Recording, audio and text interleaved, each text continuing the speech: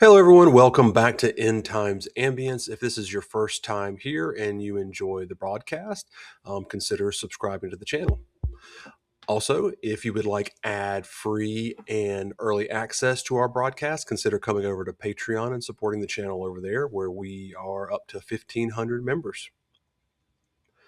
Today's video is actually another backlog video, and it's based off the 2007 film I Am Legend, starring Will Smith, which is actually based on a book called the same name, I Am Legend, written by Richard Matheson.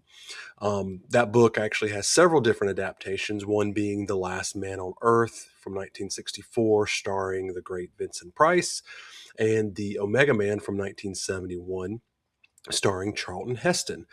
This one follows more of the timeline of the 2007 film, but I tried to pay homage to both of the other films too, because they're actually quite good.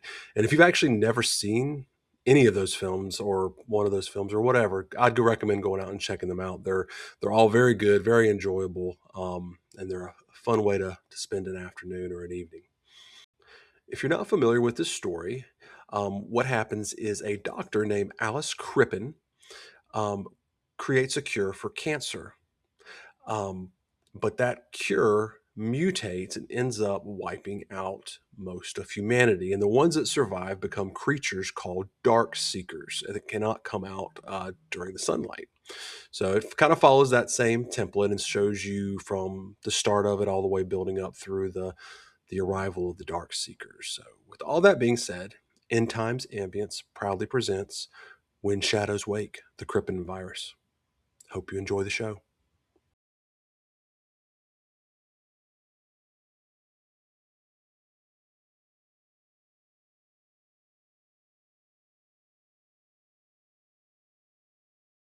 Good evening.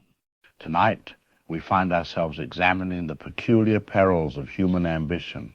It seems we are always terribly eager to cure whatever ails us, entirely forgetting that the medicine might just decide to remake the entire world in its own image. It is a rather aggressive form of malpractice. Would you not agree?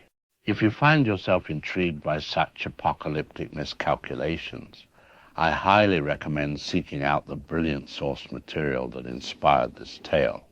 Richard Matheson's original novel, I Am Legend, is absolutely essential reading. You would also do exceedingly well to watch its magnificent cinematic adaptations.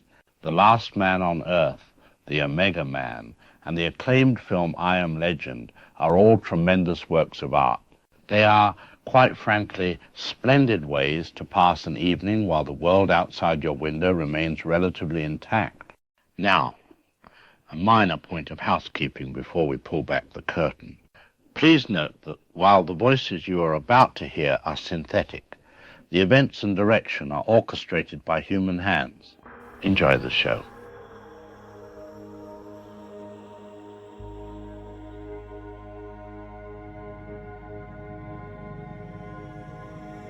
Good evening, and thanks for joining us tonight. First up, earlier today, the mayor's office released its quarterly traffic report, and the numbers are about what you'd expect for late summer in Manhattan. Coming up tonight, weather, business, sports, and a Krippin Center update from the science desk. Let's check traffic on the bridge first. Clark Rokotansky, at the eastbound on-ramp now for the better part of the evening, has been watching what looks like a fender bender turn into something slower. Rick, thanks. From the eastbound ramp, the view's about what you'd expect on a Friday. Right lane stuck. The crew on scene now for going on 20 minutes has been working what looks like a stalled engine behind a fender bender. Nobody's hurt. By my count, the wait at this point is running close to a third hour for the car stuck behind it. Westbound slow but moving. Once the second tow gets here, eastbound should clear inside the hour. Clark, thank you. On the science desk tonight, an update on a story we've been following for the better part of the year. The Krippin Center for Genetic Research, working out of its Manhattan laboratory, has filed paperwork with the Food and Drug Administration requesting accelerated review status for a cancer therapy currently in trial. Early results, in the words of the filing itself, are described as remarkable. More to come on that. From sports tonight. Yesterday, The Yankees, by a late push in the 7th, took the Twins 6-4, breaking the Yankees' 10-game losing streak. The weather for the game tonight looks spectacular, with clear skies and a high of 73 on the way. That's all from Channel 7 News. Have a good night.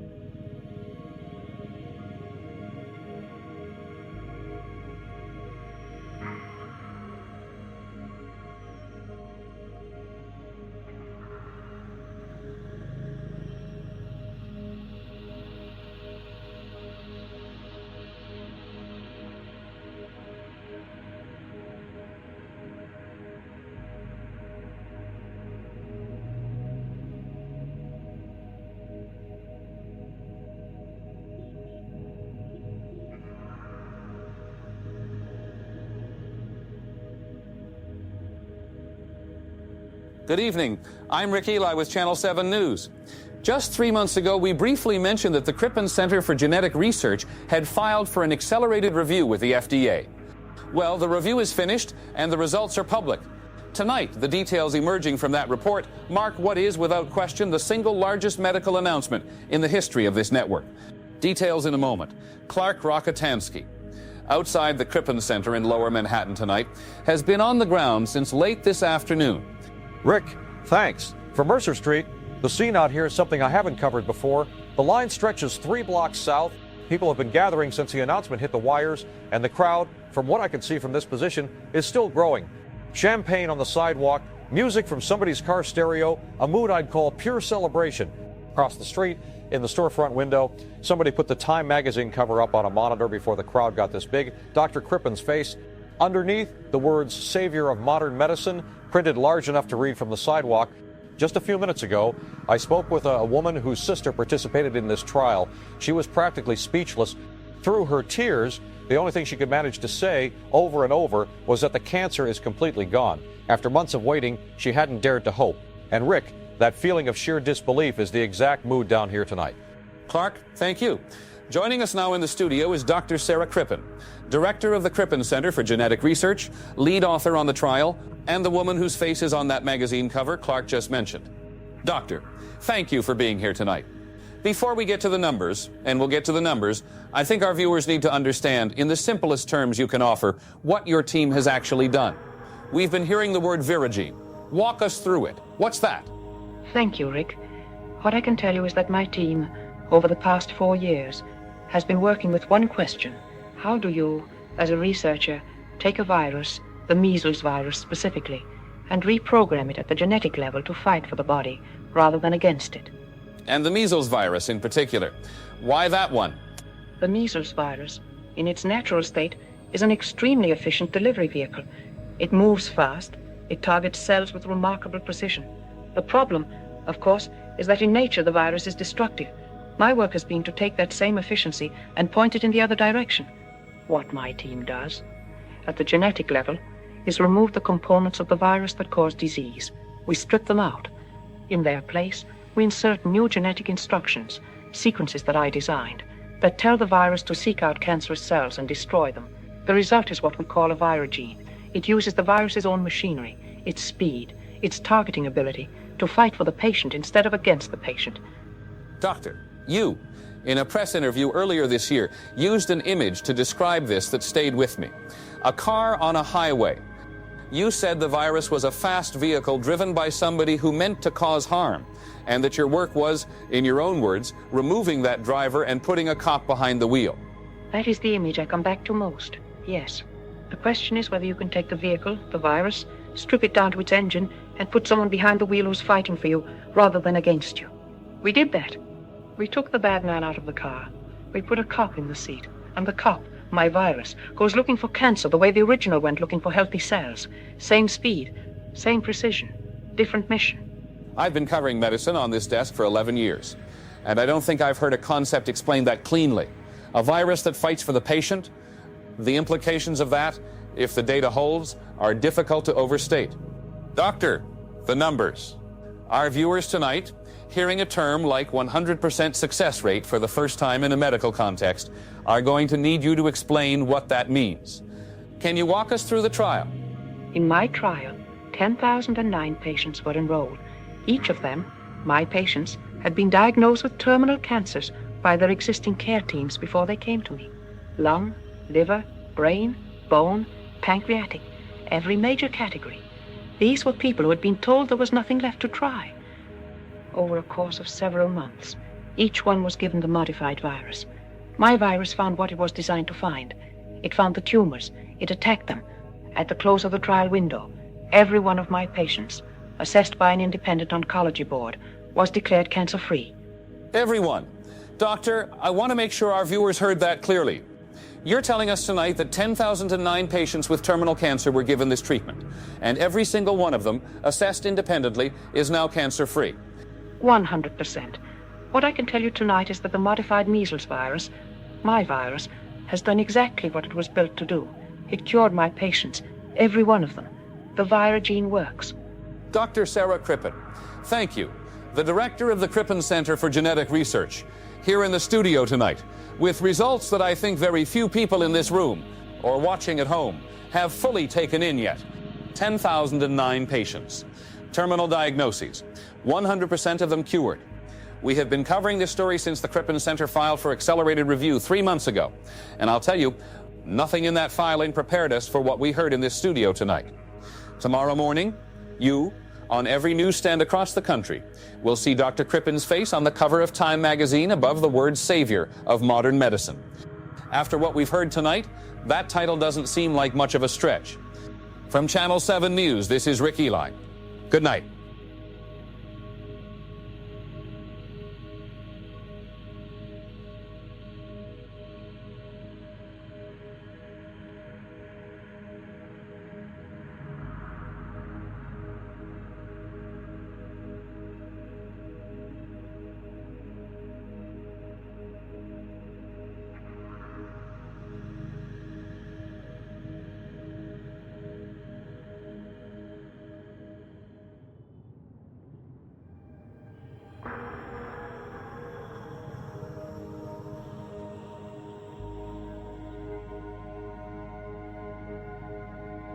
Welcome back.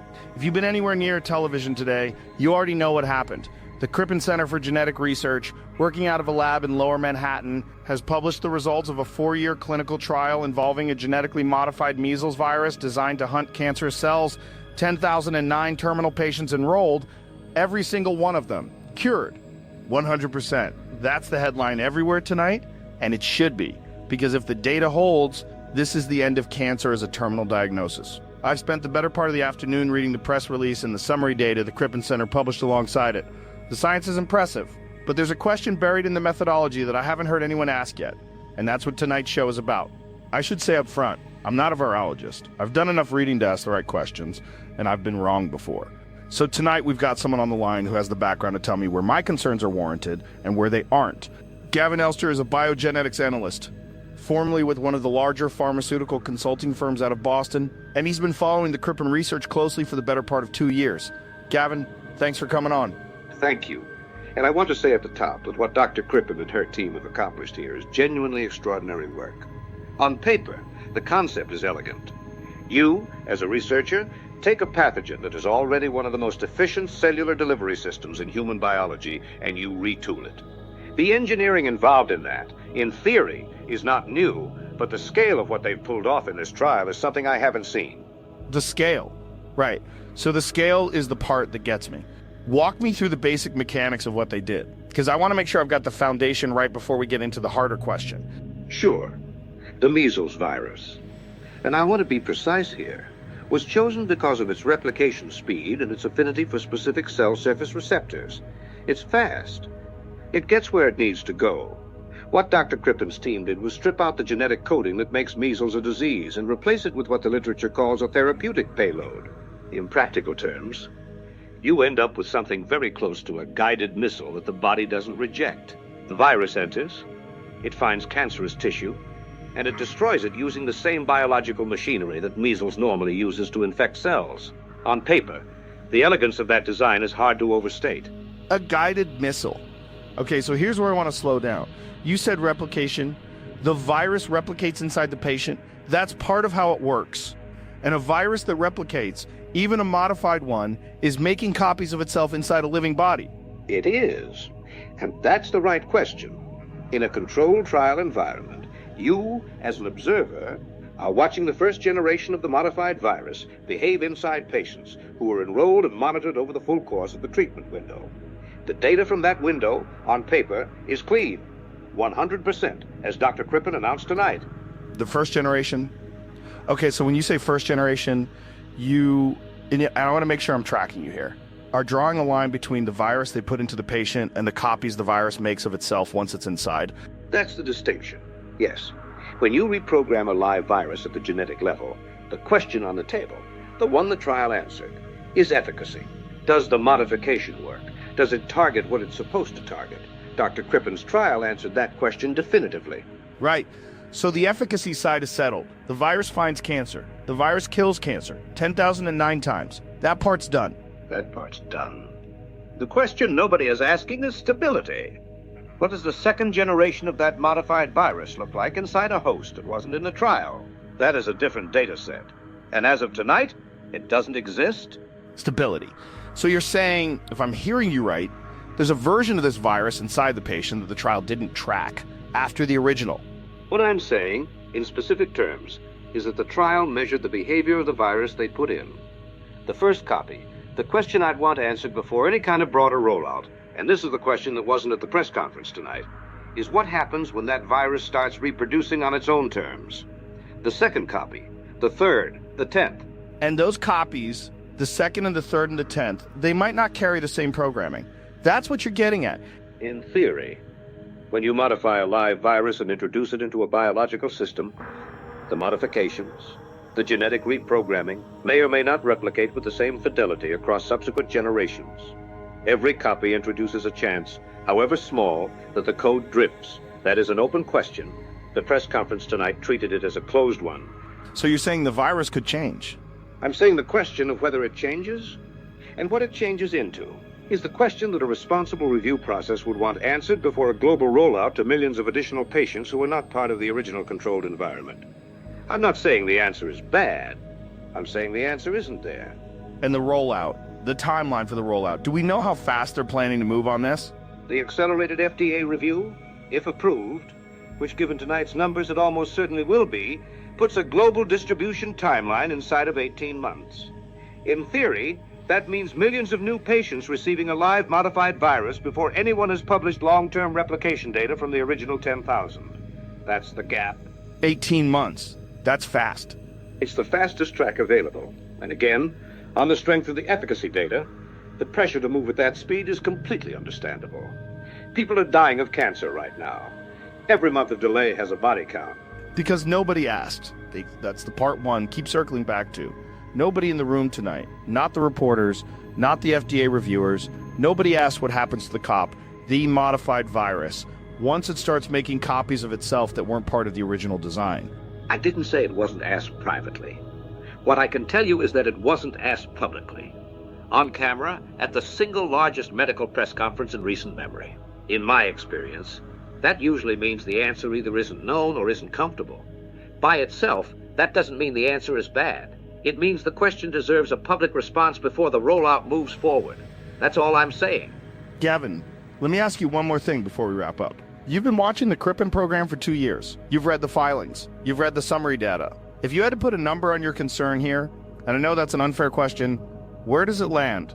Are we talking about a theoretical gap in the research or something that should have stopped the trial? It should not have stopped the trial. The trial was designed to answer the efficacy question, and it answered it brilliantly.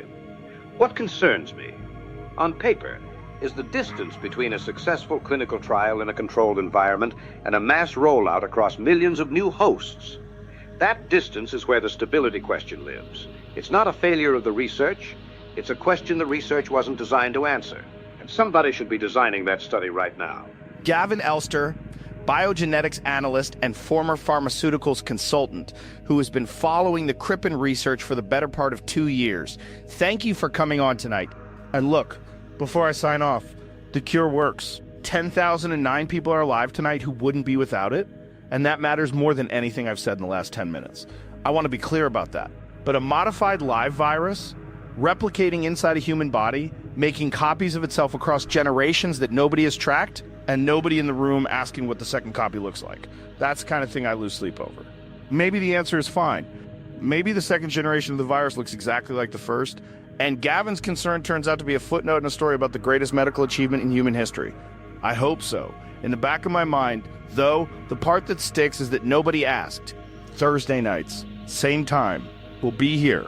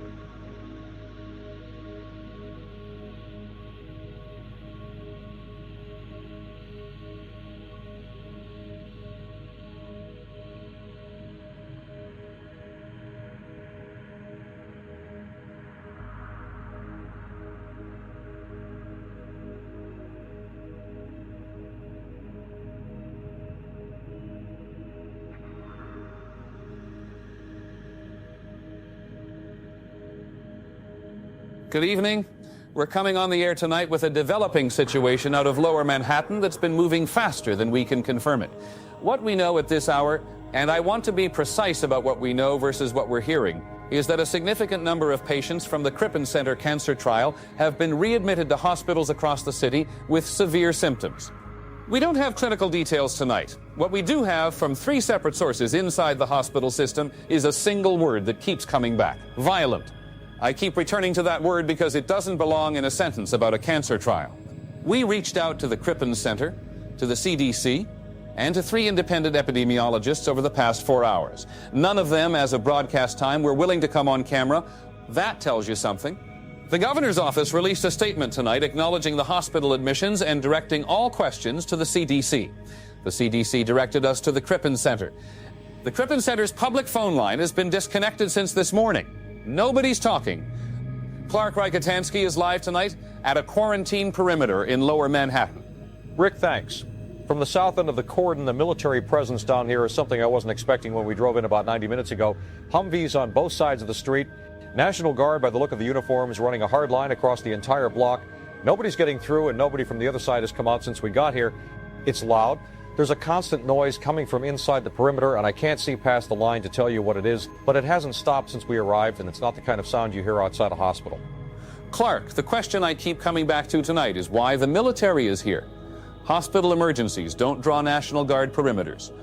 Right, and that's the question I can't get an answer on either. There's a military public affairs officer in a tent about 40 yards from where I'm standing. The only statement we've been given, Rick, the full statement, is that the cordon is a precautionary public health measure in coordination with the New York City Department of Health. One sentence, what I can tell you is how fast this went up. By our count, the first reports of symptomatic patients came in around 4 a.m. this morning. By 8 a.m., there was a full military perimeter around a 6-block radius of Lower Manhattan, guard units, vehicles, barricade material, a communications tent, all staged and operational before most of the city was awake. 4 hours, Rick. 4 hours. I don't have an explanation for that kind of speed. I'm telling you what I can see. We don't have an explanation for it in this newsroom either. Clark, hold on. I want the people watching this to understand what's happened in the past 3 weeks. Dr. Krippin was on this broadcast sitting in the chair where our guest would normally be right now, explaining what every person in this newsroom believed was the greatest medical achievement any of us would ever cover.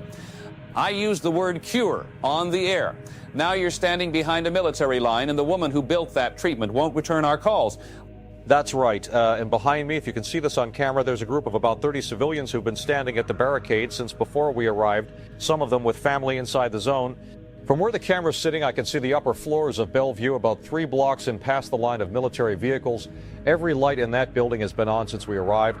every floor. Whatever's happening in there isn't contained to one ward. Clark, are you seeing anything that tells you what these patients are presenting with? Anything from the medical side? Medical staff going in and out of the Cordon are wearing full protective equipment, the kind of gear I've seen at chemical incidents, not hospital transfers. Gloves, face shields, full gowns.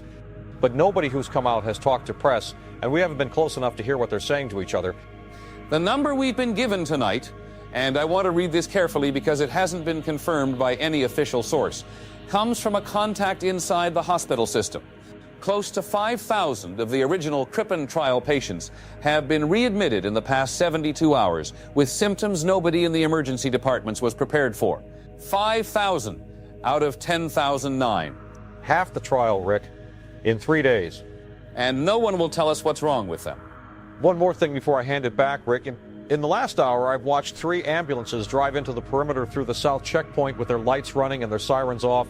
Lights on. None of them, as of right now, have come back out. One more thing before we close tonight. A source at Bellevue Hospital, the same contact who gave us the readmission number, used a specific medical comparison that I want to pass along exactly as it was said to us. Listen carefully. The source described what's happening inside these hospitals as, and I'm quoting, a hyper-accelerated form of rabies. Those are the source's words. We haven't confirmed them with the CDC or the Krippin Center. And as of this broadcast, neither institution has offered any clinical description of what these patients are going through. We'll be here through the night if there are developments.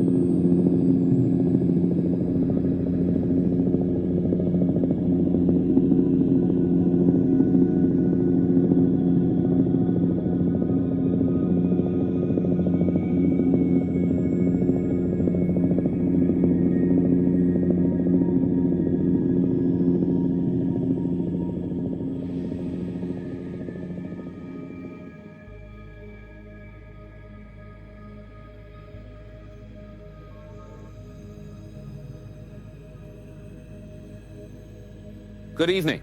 We are continuing tonight with a story that has overtaken every other piece of news in this city, and as of the last several hours, in several cities outside New York.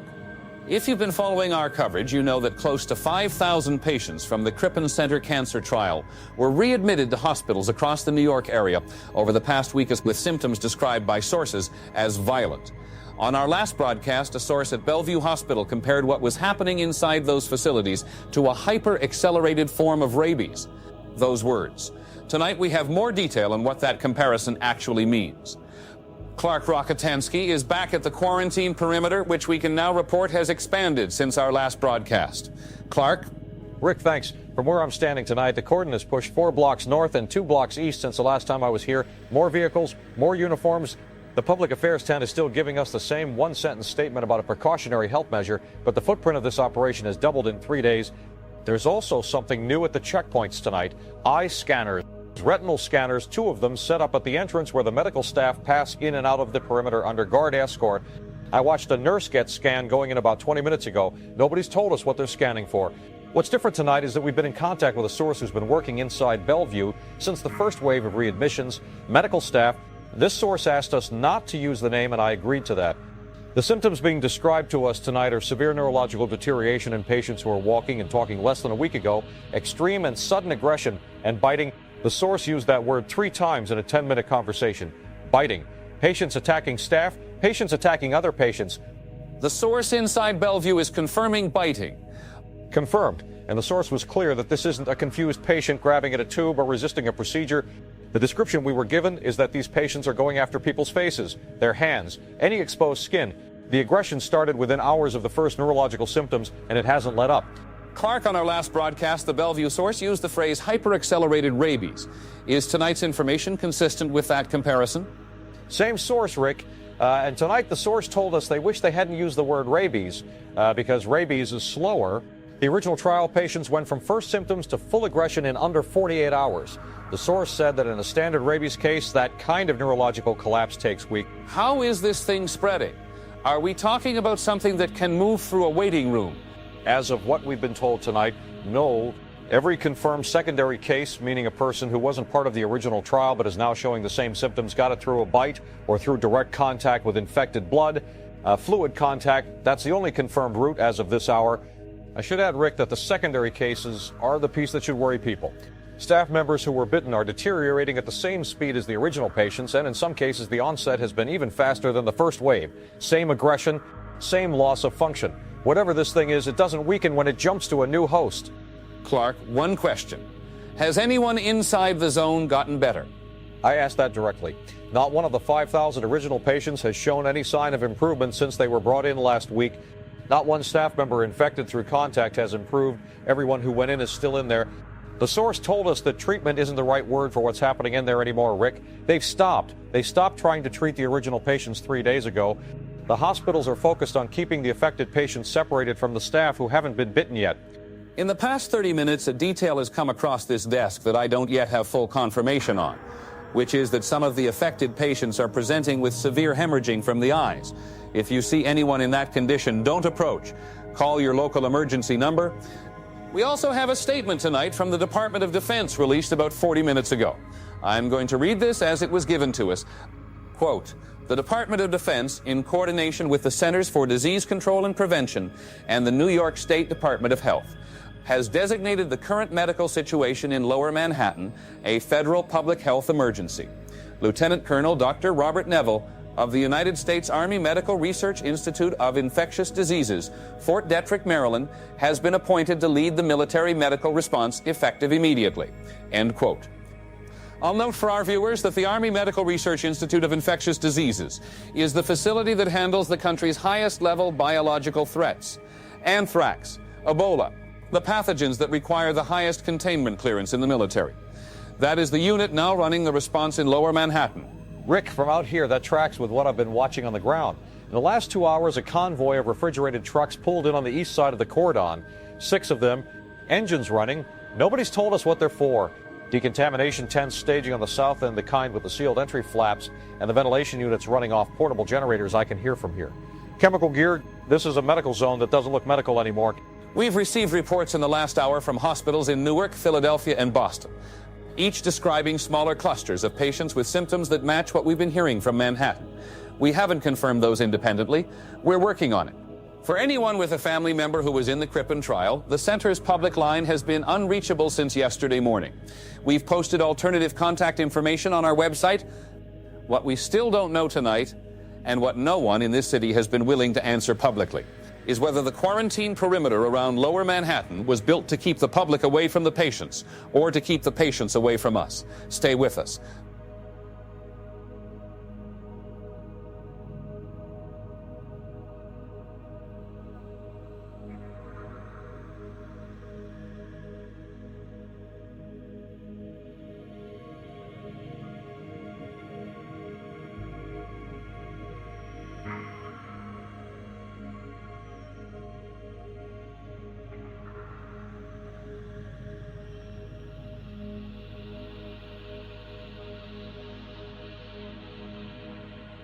All right, listen, I've been watching the feeds all night. Every network, every wire service I can pull, and I need to walk you through the math on this because the people being paid to ask these questions on television are not doing it. So I will.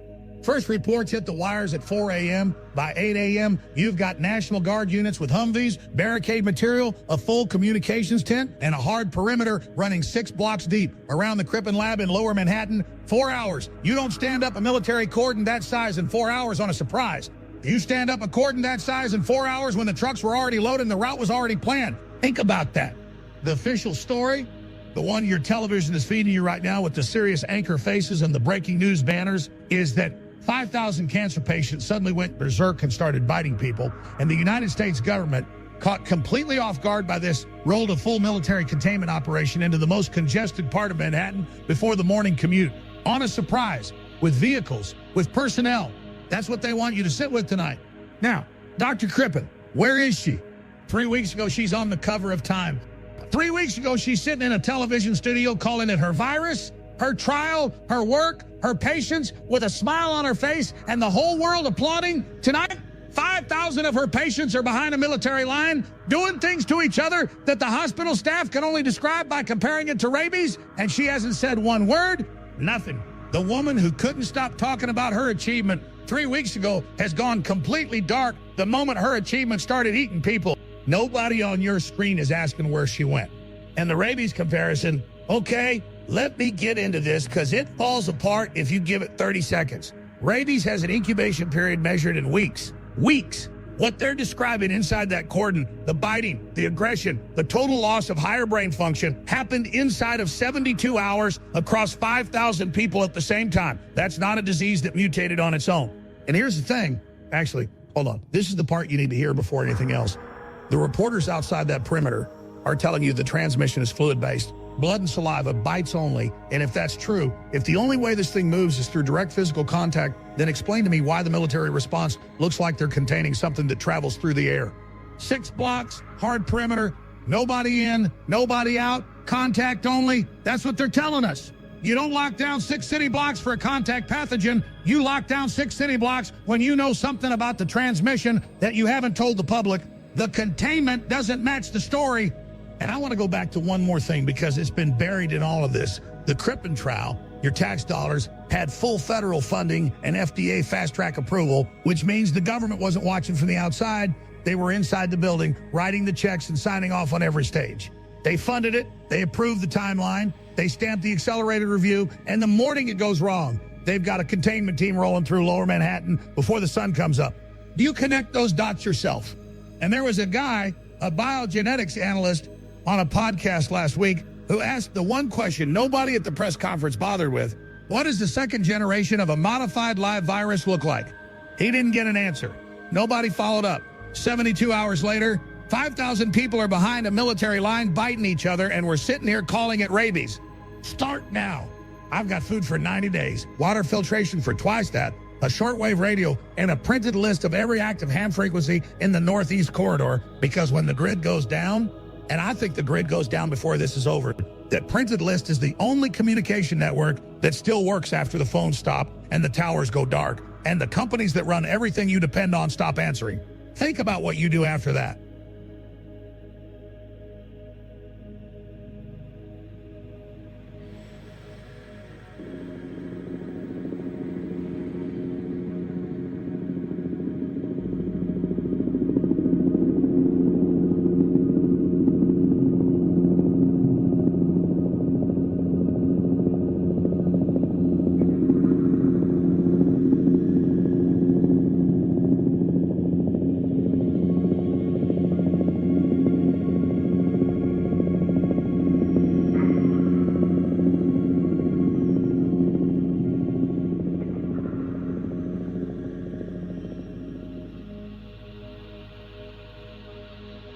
We're interrupting regular programming. Good evening. What I'm about to report has been confirmed to this network in the last 45 minutes by 2 independent sources at the Centers for Disease Control and by the Office of the Surgeon General. And I'm going to read it to you exactly as it was given to us because the language matters. The Krippin virus is airborne. The pathogen we reported on last week, the one responsible for the violent neurological symptoms documented behind the military cordon in lower Manhattan, is no longer confined to fluid transmission. It has mutated. It's now spreading through the air. That is what the CDC has confirmed to us tonight. Joining us now is Professor Van Meer, a senior epidemiologist with the CDC's Airborne Pathogen Division, who has been working with the federal response team since the initial containment of the outbreak. Thank you for having me. What we're observing is a mutation of the original Krippin pathogen that has altered its primary transmission vector from direct fluid contact to aerosolized respiratory droplets. In practical terms, the virus is now present in the exhaled breath of an infected person and is suspended in the ambient air of any space that person has occupied. The data suggests, and I want to be very precise about the current state of the data, that any enclosed environment where a carrier has been present within the preceding hours should be considered contaminated. Hours, not minutes. Professor, Last week, the containment was a 6-block military perimeter in lower Manhattan designed around a contact pathogen, something that moved through bites and blood. So what does airborne mean for that perimeter? It's gone. A physical cordon, regardless of its size, is a containment measure designed for a pathogen that requires direct contact to transmit. And this pathogen no longer requires that. The virus, in its current airborne form, is carried by respiratory output and by wind currents, and it doesn't observe a barricade. The perimeter in lower Manhattan is no longer a meaningful containment boundary. So the quarantine has failed? The quarantine was designed for a different pathogen. What we're dealing with now, following the airborne mutation, is a transmission model that would be consistent with global atmospheric spread within a period of weeks, possibly less depending on existing air traffic patterns and prevailing wind conditions. Weeks. That is the reality of what we're observing. Professor, what happens once a person has been exposed? What we're observing in confirmed cases is a 48-hour window from the point of initial exposure to full symptomatic presentation. And that window, across all confirmed cohorts, has been remarkably consistent. The progression doesn't appear to vary. Walk us through those 48 hours. Severe fever in the first 12 to 18 hours, escalating beyond what standard antipyretics are able to manage. Advanced dehydration follows. In the later stages, the hemorrhagic symptoms begin, and those are the symptoms that the field teams have described in the most urgent terms: ocular hemorrhaging, heavy and continuous bleeding from both eyes, followed by significant gastrointestinal hemorrhaging. Bleeding from the eyes. Yes. The clinical term would be bilateral hemorrhagic lacrimation, but what the field reports describe, in language that I think is more useful to your audience, is that infected persons in the advanced stage of the 48-hour window appear to weep blood, both eyes, continuously. That symptom, along with the vomiting of blood, is what distinguishes this pathogen's progression from any known respiratory illness in the existing medical literature. And at the end of those 48 hours, Professor? Dead.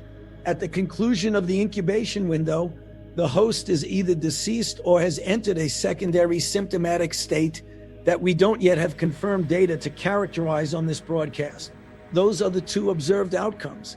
Professor, the mortality rate. The data we have compiled from confirmed exposure groups, and these are controlled observation cohorts where we can establish the exact time of exposure with confidence, indicates an airborne lethality rate of 90%.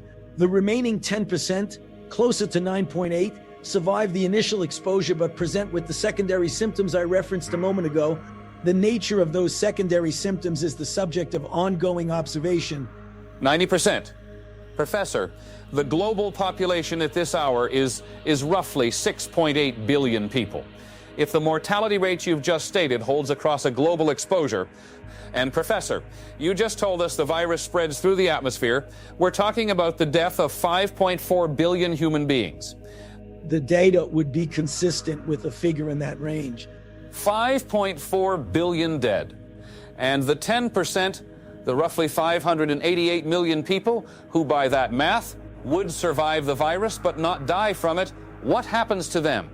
You mentioned secondary symptoms. The CDC has been observing this pathogen for weeks. What's happening to the people who don't die, Professor? We don't have confirmed data on secondary outcomes at this time. Professor, with respect, you've just told 588 million people that they're going to survive a virus that kills everyone around them, and you're telling me the Centers for Disease Control has nothing to say about what happens next. That is the answer. That is what you're giving us tonight. What I'm telling you is that the data on secondary outcomes isn't confirmed to a standard that I'd be comfortable presenting on a public broadcast, and that is the responsible position at this time. Professor Van Meer, Senior Epidemiologist, Centers for Disease Control. Thank you. The question of what happens to the survivors of this virus, the 588 million people that Professor Van Meer's own numbers describe, wasn't answered tonight. The virus is airborne. Stay inside. If you are in your home tonight, seal every door, every window, every opening to the outside air that you can reach with whatever materials you have on hand. We'll be on the air for as long as we're able.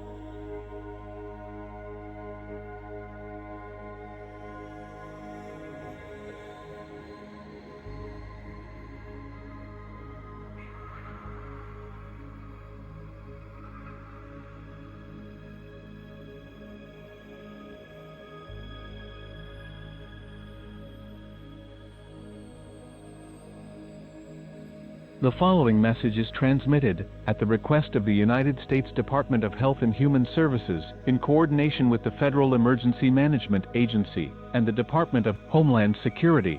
This is not a test. This is not a test. A public health emergency has been declared for all 50 states, all United States territories, and the District of Columbia. The following instructions are issued under federal authority and apply to all persons within the borders of the United States, regardless of citizenship status. 1. All persons are directed to remain inside their current structure. Do not leave your home, your place of work, or your vehicle. If you are outdoors at this time, proceed immediately to the nearest enclosed structure and remain inside. 2. Seal all doors, windows, and ventilation openings using available materials, plastic sheeting, duct tape, wet towels, or any available material that will create an airtight barrier between the interior of your structure and the outside atmosphere. Close and seal all heating, ventilation, and air conditioning systems. 3. Do not make physical contact with any individual displaying the following symptoms: fever, ocular hemorrhaging, which is bleeding from the eyes, violent or erratic behavior, or loss of verbal communication. If a member of your household is displaying these symptoms, isolate that individual in a separate room and seal the door. Do not attempt to provide medical care. 4. Remain in place and await further instruction. Emergency broadcast updates will be issued on this frequency at 60-minute intervals. Do not attempt to contact emergency services unless there is an immediate threat to life. All 911 systems are currently operating at reduced capacity. This message will now repeat.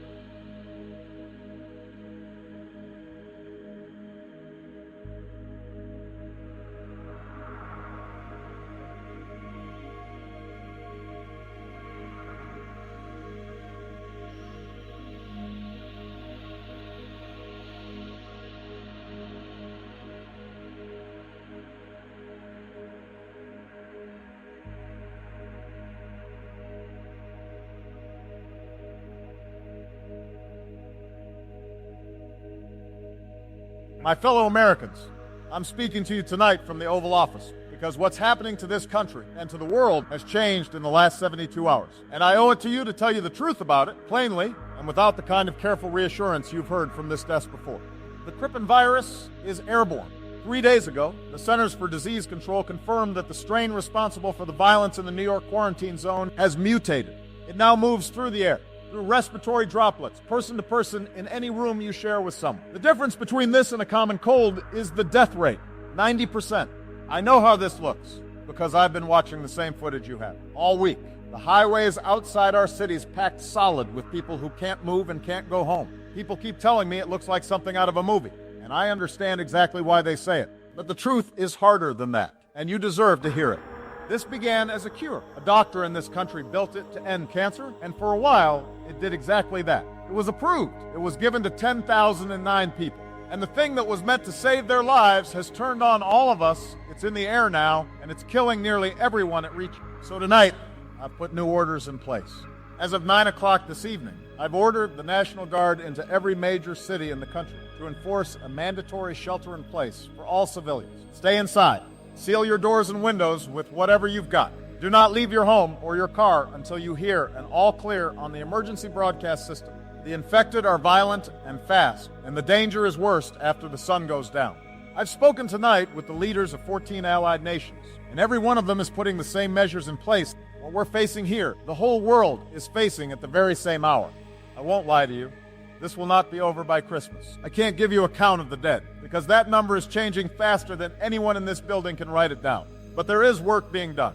The full weight of the United States military, the CDC, every research hospital we have, and every ally still standing with us is working tonight, while you watch this, to find a way to stop it.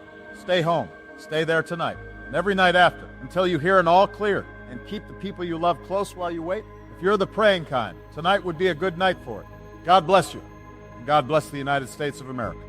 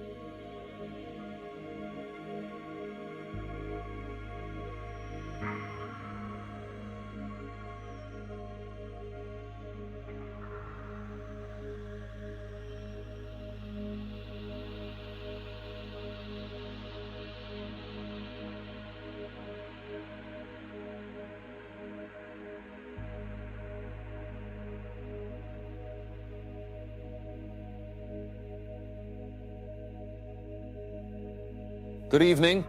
We're coming to you tonight from a broadcast infrastructure that is, by the hour, becoming less reliable, and I want to be straightforward with you about that before we begin. We've lost contact with 2 affiliate stations since this morning. The feed you're watching is being routed through a backup transmitter, and I don't know how long that holds. I'm telling you that now because you deserve to know it.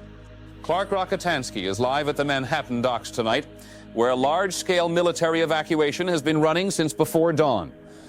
Rick, thanks. From the North Pier, the line of people waiting to get through the military checkpoint stretches back further than I can see from where I'm standing, and it hasn't moved in the last 40 minutes. Thousands, families with bags, strollers, people carrying whatever they could fit in a pillowcase, all standing in a line that goes one person at a time through a gate flanked by armed soldiers. The Coast Guard has cutters on the water behind me, and there are Humvees parked on both sides of the pier. Every person coming through that gate is getting a retinal scan from a soldier holding a handheld device up to their face, and what they're checking for, from what we've been told, is the pupil dilation that marks the early stages of infection. And the people who don't pass. I watched a man get pulled from the line about 20 minutes ago. 2 soldiers took him by each arm and walked him behind a canvas screen that's been set up to the east side of the main gate. After that, I don't know what happens. Clark, I need you to hold on. We're getting a critical update confirmed by the Department of Defense that the military has authorized the immediate demolition of the Brooklyn, Manhattan, and Williamsburg bridges. The tunnels are being sealed. The stated rationale, reading directly from the military wire, is a mandatory, absolute quarantine to halt the Krippin virus. They're severing the island.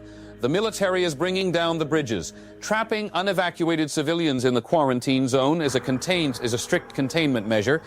That's the reality confirmed to us tonight. They're locking down New York with people still inside. Clark, are you hearing any of this at the docks? I hear you, Rick. But you need to know what's unfolding at the pier. The mood down here was already at a boiling point before that report, but in just the last couple of minutes, it's entirely unraveled. People are actively surging against the steel barricades. And Rick, the soldiers at the main gate just raised their rifles. There's at least 1 helicopter behind me over the water, and the engine noise is making it hard to hear the checkpoint comms, but I can see the soldiers talking into their radios, and something on the military channel has changed. Rick, the helicopters that have been running evacuations off the dock since this morning, I've been counting them, and 3 have gone out loaded in the past hour. 1 came back. The last one that lifted off had people clinging to the landing skids as it went up, and I don't know where the other 2 went or if they're coming back. Clark, stay with us. We're receiving military communications audio through our Fort Lee source right now, and I want our viewers to understand that what you're about to hear is a live military channel that was routed to this network by a source inside the command structure at Fort Lee, Virginia. We haven't edited this. We haven't verified the authorization codes. I'm going to play what we have. Overwatch. Fort Lee, actual. Confirming demolition order on target. Structures, Brooklyn span and Manhattan span. Authorization code 779 Delta. All evacuation cohort personnel clear the span perimeter. Confirm receipt. Weapons free. Commence on my mark. Mark. Weapons free. My God, Rick, I just heard something south of here, a low sound that I felt through the concrete under my feet, and there's a column of dust rising over the skyline in the direction of the Brooklyn Bridge. I can't confirm from this angle. Jesus, there's a second one. That would be the Manhattan Bridge. The dust is rising in 2 columns. What's happening, Rick? Clark, can you confirm the bridges have been destroyed? I can't see them from here, but I heard 2 detonations. Felt both of them through the ground, and the dust clouds are rising where those structures should be, and the helicopters... Clark? Clark? Are you there? We've lost Clark Rokotansky's feed from the Manhattan docks. Gone. We don't know if that's a transmission failure or something else, and we're working to reestablish contact. What you heard, if you were listening to the military audio we played a moment ago, was a demolition order issued from Fort Lee Command for the Brooklyn Bridge and the Manhattan Bridge. Clark reported 2 detonations and 2 dust columns rising from the locations of those structures. If those bridges are gone, the only way off this island is by helicopter over the water. And Clark just told us that 2 of the last 3 helicopters that left the docks haven't come back. We're going to stay on this air for as long as the signal holds, and I want every person watching tonight to understand what's happening in this city right now. If you're into praying, start praying. If not, it might be a good time to start. May God...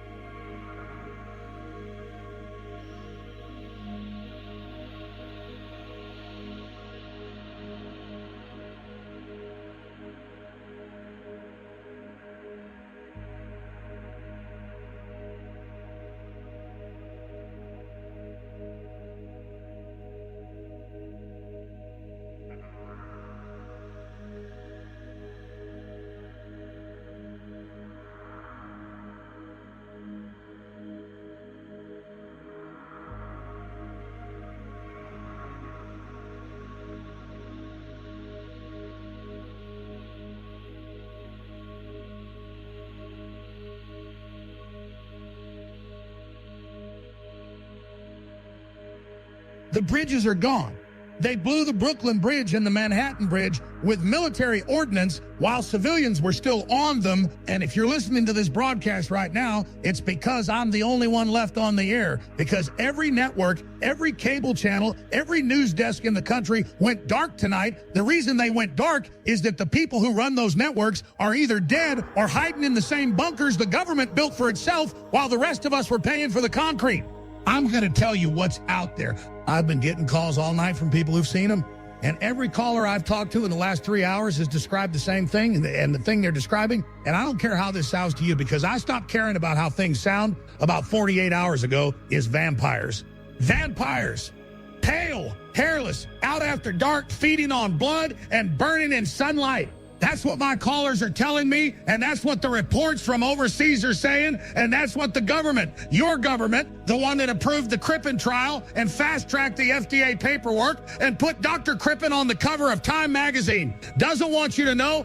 They blew the bridges to lock the population of Manhattan inside the island with these things, and if you think that was containment, if you think that was an accident or a last resort, then you haven't been paying attention to a single thing I've said on this show for the last 4 years. Now listen to me, because this is the part that matters. The stories are old, older than the government, older than the CDC, older than anything Krippin built in her lab. People have known about these things for 1,000 years, and the defense are in the folklore, and the folklore is what you've got left because the hospitals are closed and the military ran, and nobody is coming to save you. Garlic. Crush it and rub it into every door frame and every window frame and every opening into your home that something could come through. Mirrors on the walls facing the doors, because the stories say they can't look at their own reflection. Wooden stakes, sharpen them yourself, keep them by the bed. A cross on the front door and a cross on the back door. I know what you're thinking, and I know how it sounds, and I don't care. I'm telling you, the stories got it right because the stories were a warning that's been sitting there for 1,000 years and nobody listened. And here's the part nobody said yet. The clinical trials weren't a mistake. 10,009 people injected with a virus that turns them into something that hunts at night and can't be stopped by anything the military has thrown at it. And you want me to believe that was an accident, that nobody in the chain of command saw it coming, that the fastest FDA approval in the history of American medicine happened because everybody was just so excited about curing cancer. The cure was the weapon. Krippin didn't fail. She succeeded at something nobody was supposed to see.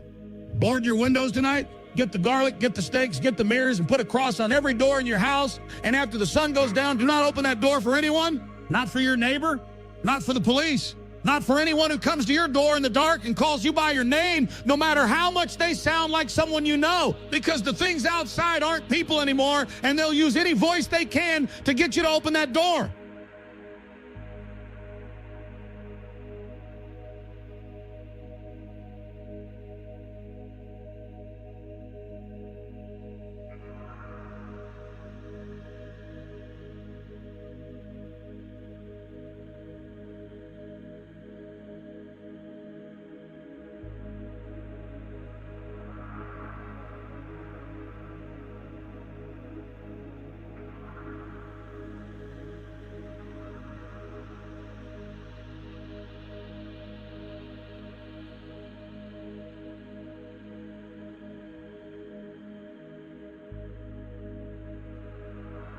Good evening. This is a special broadcast of the World Service, and I'll be with you through the night as long as we're able to maintain transmission. My name is Erica Burgoyne. What follows is the most current information available to us as of 6 o'clock this evening, Greenwich Mean Time. And I want to be clear at the outset that several of the figures I'm about to read have changed since I sat down at this desk 40 minutes ago. The World Health Organization has confirmed that the airborne strain of the Krippin virus, first identified in New York 9 days ago, has now been detected in atmospheric samples from 31 countries across 6 continents. And the numbers they're reporting haven't stopped climbing since the first bulletin came through on Wednesday. 800 million dead. That's the current global mortality estimate. It was 600 million at noon today. The United Kingdom is under a mandatory shelter-in-place order issued by the Home Office at 3:15 this afternoon. All persons are directed to remain indoors. Public transport across Greater London has been suspended, and the M25 has been closed to civilian traffic in both directions.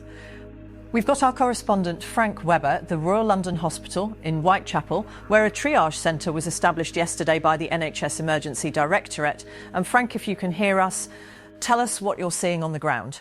I can hear you, Erica. I'm outside the main entrance of the Royal London, and what I'm looking at right now is a queue of people that stretches from the hospital doors down Whitechapel Road for, I'd say, 300 metres in both directions, and it hasn't moved in the 2 hours I've been standing here. Frank, what's the situation inside the hospital? They stopped letting people in. The A&E was overwhelmed by midday, and a nurse I spoke to about an hour ago, she wouldn't give her name, told me they've run out of beds. They've run out of ventilators, and the staff who are still inside are treating patients on the floor of the corridors. The symptom presentation out here in the queue is consistent with what we've been told to expect from the CDC guidance that came through on Wednesday. Hemorrhaging, bleeding from the eyes, from the nose, from the gums. A woman 3 places back from the door collapsed about 20 minutes ago, and nobody moved to help her because the people standing on either side of her were showing the same symptoms and couldn't bend down. Frank, are there military personnel on site? Yes, army vehicles at both ends of the road and soldiers in full NBC kit. The hooded suits with the respirators stationed at roughly 50-metre intervals along the queue. They aren't treating anyone, they aren't moving anyone. From what I can see, their orders are to maintain the cordon and prevent the queue from dispersing into the surrounding streets. But there's nowhere for these people to go, Erica. The hospitals can't take them, and the shelter-in-place order means they can't go home, so they're standing here. We're going to stay with Frank at the Royal London through the evening. The time is now 6:30, and sunset in London tonight is at 3:51, which means it's been dark for nearly 3 hours. I want to update the global figures before we go back to Frank, because the WHO's 6 o'clock bulletin, which arrived 11 minutes ago, has revised the mortality estimate upward to 940 million, which is an increase of 140 million deaths in the time I've been sitting at this desk. Frank, you're still with us? I'm here. Erica, the queue has thinned out considerably in the last half hour, and I don't think it's because people have gone inside. I think they've gone down. I can count from where I'm standing at least 40 people on the pavement who were upright when I last reported and who aren't upright anymore. The soldiers haven't moved. Frank, are the hospital staff still inside? I can't tell. The lights inside the building went out about 15 minutes ago. Either the generator failed or someone switched it off, and I can't see through the doors anymore. The street lights on Whitechapel Road are still on. The floodlights the army brought in are still on. But the hospital itself is dark. Erica, I need to tell you something, and I want to be careful about how I say it because I'm not certain of what I saw. Go ahead, Frank. About 10 minutes ago, on the far side of the road, in the gap between the last army floodlight and the entrance to the car park where there's no light at all, I saw movement among the people on the ground. Not from the people on the ground. Among them. Something moving between the bodies that wasn't there before the hospital lights went out. And it was low to the ground, and it was fast, and I only caught it for about 2 seconds before it went past the edge of the floodlight and into the dark on the other side. Can you describe what you saw? I can try. I can tell you it was moving on 2 legs. I can tell you it didn't come from the queue because the queue is in front of me and this was behind it on the dark side, and it came from the direction of the hospital car park where nobody should be. I can tell you the soldiers at the near cordon didn't react, which either means they didn't see it or they've been told not to respond to movement they can't identify. I don't know what I saw, and that's the honest answers, but I'm going to stay on this position through the night, and if I see it again I'll describe it better because I only caught for 2 seconds in bad light. We'll come back to Frank Webber at the Royal London at the top of the hour. This is the World Service. It is now 7:15 Greenwich Mean Time, and we will continue broadcasting for as long as we're able.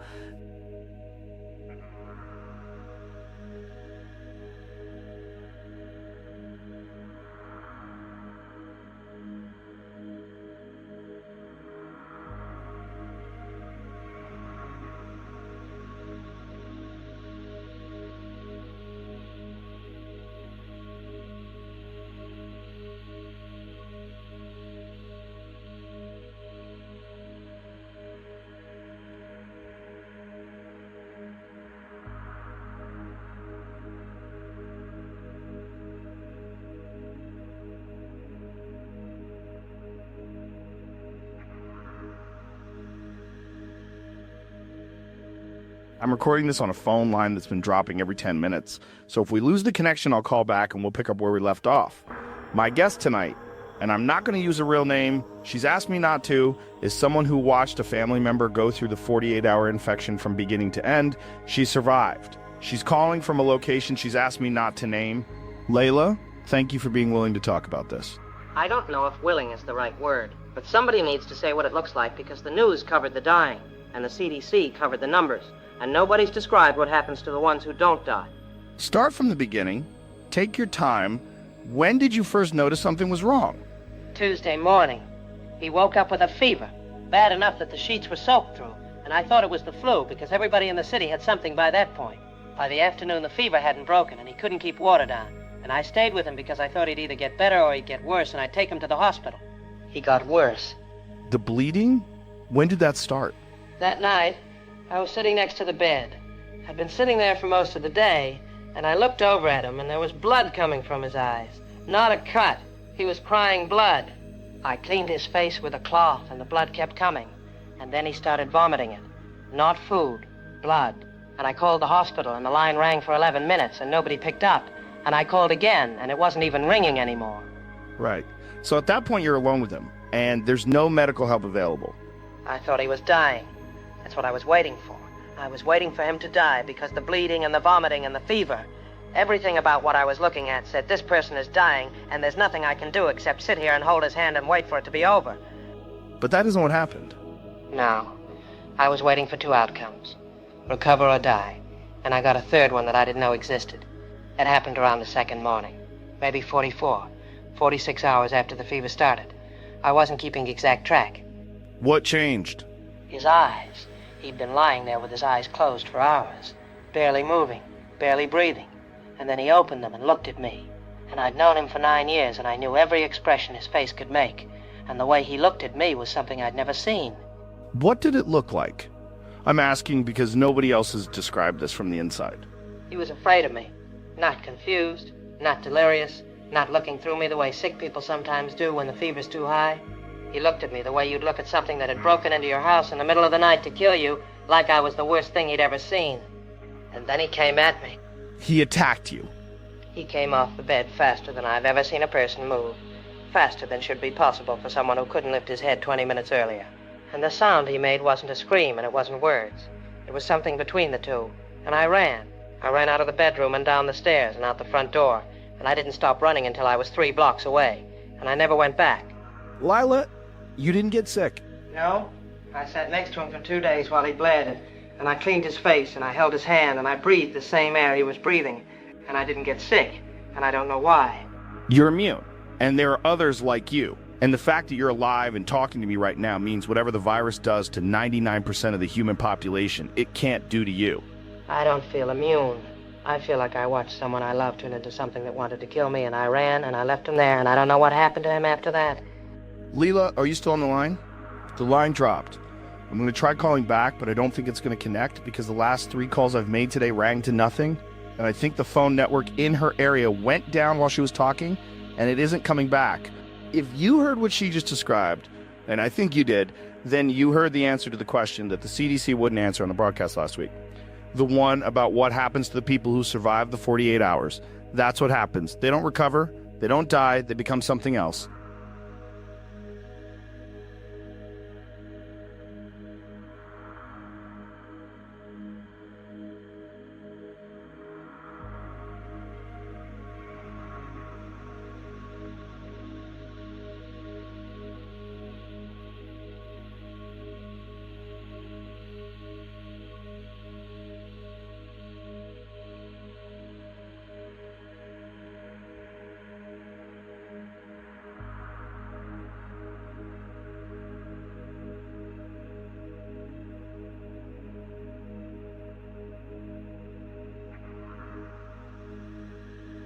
This is the World Service. The time is 2:15 a.m, Greenwich Mean Time, and I've been at this desk for 8 hours.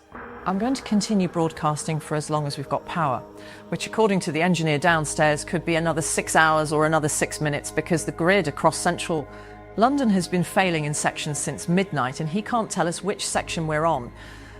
Nothing. The Home Office hasn't issued a statement since 11 o'clock last night. The WHO bulletin that was scheduled for midnight didn't arrive.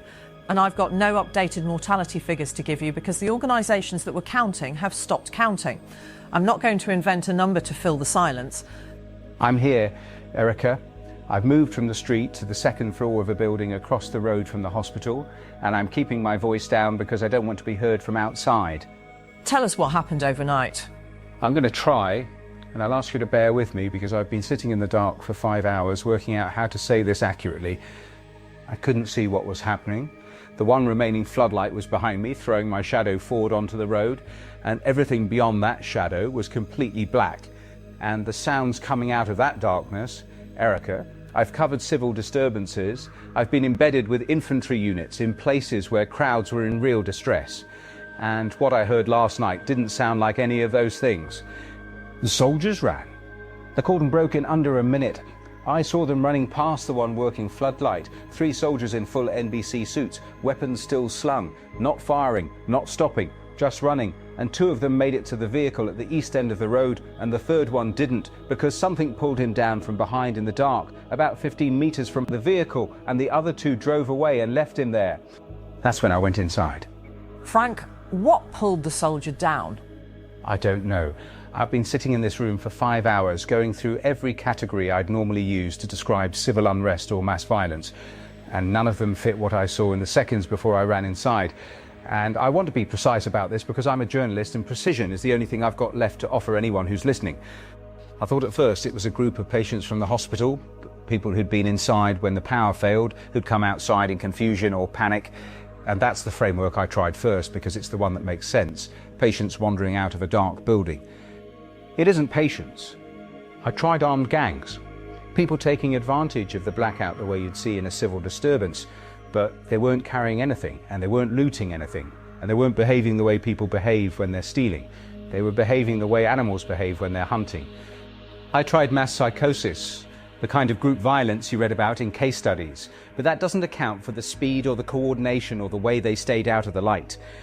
In the last seconds before I ran for this building, the remaining floodlight caught one of them crossing the road about 20 meters from where I was standing, and I saw it for perhaps 2 seconds. And what I can tell you, what I'm certain of, is this: pale, completely hairless. Something wrong with the mouth that I can't describe properly because I only saw the profile and it was moving too fast for me to get more than a snapshot.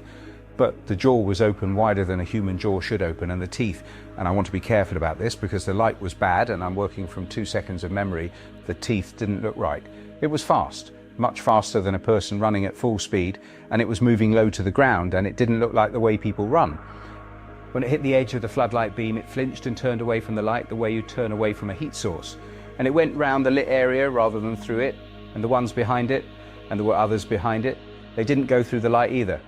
Frank, how many of them did you see? I don't know. In the dark, with one floodlight and the rest of the road black, I can't give you a count. I'd stand behind. More than 10. The ones I couldn't see, the ones past the edge of the light in the dark where the car park is, I could hear them, and the breathing was fast and constant, and it came from a lot of directions at once. The screaming from the people in the queue stopped around midnight, and it didn't taper off. It stopped. Frank, is there anyone else in the building with you? No. I barricaded the ground floor door with a filing cabinet, and I'm on the second floor by the window with the curtain pulled across so the light from my equipment doesn't show from the street. They're still out there. I can hear them below me. We're going to stay with Frank for as long as we can maintain the connection. And for anyone listening to this broadcast in the United Kingdom or anywhere else in the world tonight, stay inside your home, stay away from your windows, and if the power fails in your area, do not open your door and do not go outside to investigate. Erica, I can hear something on the stairs. Frank. The filing cabinet is moving. Something is pushing it from the other side, and the filing cabinet is... Frank, we've lost the connection to Whitechapel. This is the World Service. It is 2:34 a.m. and we'll attempt to re-establish contact with our correspondent at the Royal London. And if you're listening to this broadcast anywhere in the world, stay inside.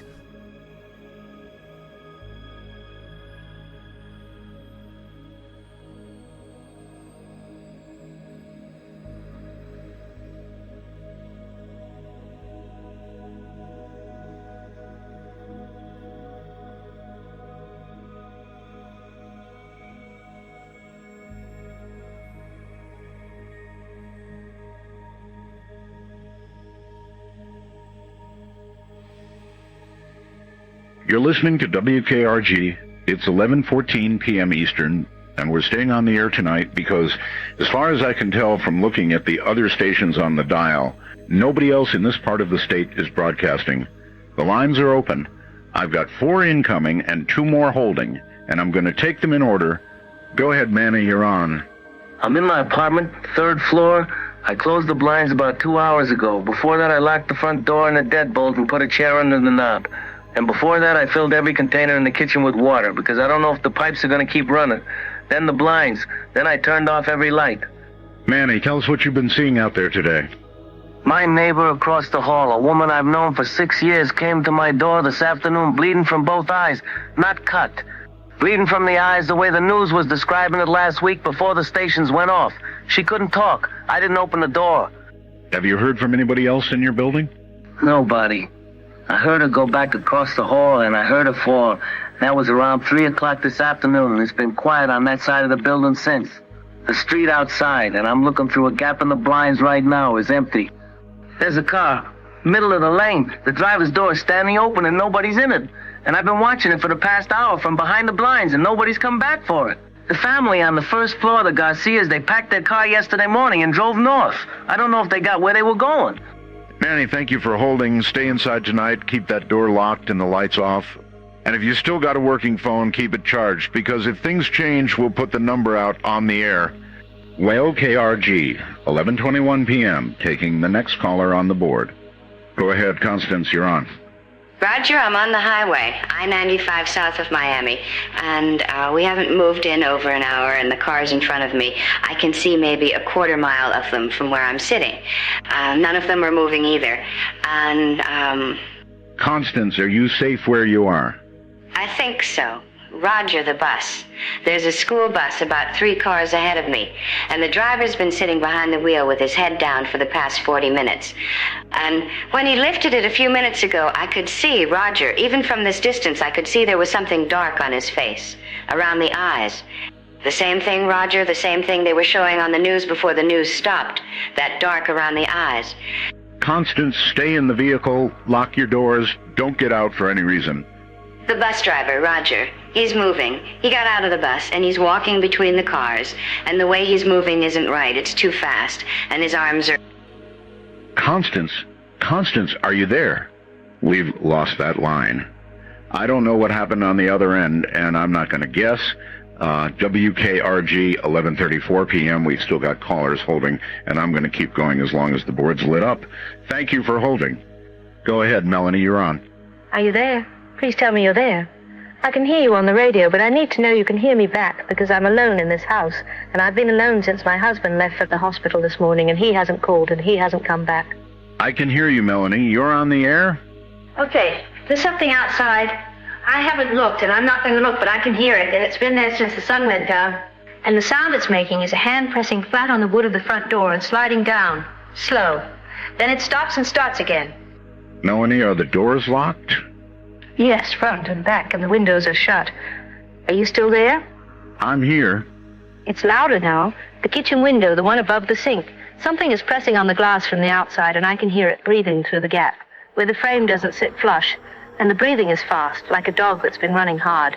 Except it isn't a dog, because whatever it is reached the window handle and I heard it try to turn it. Are you still there?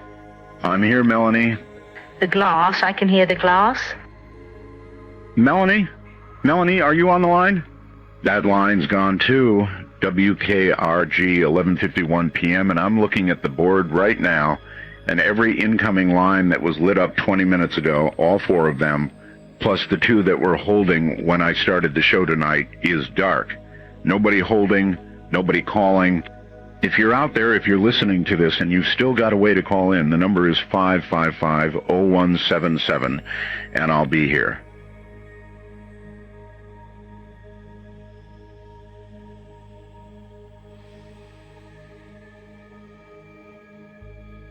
WKRG, 12:08 a.m. Nobody's called in 17 minutes. I tried all three of the emergency numbers they gave us on the last government broadcast, the ones they said to call if you needed help, and every single one of them rings to nothing. No recording, no hold music, just a line that rings and rings and nobody picks up. I don't think there's anyone on the other end of those numbers anymore. If anyone's still listening to this broadcast, I'm here. This is WKRG, and I'm going to stay on this frequency for as long as the building has power, and I've got breath in me to...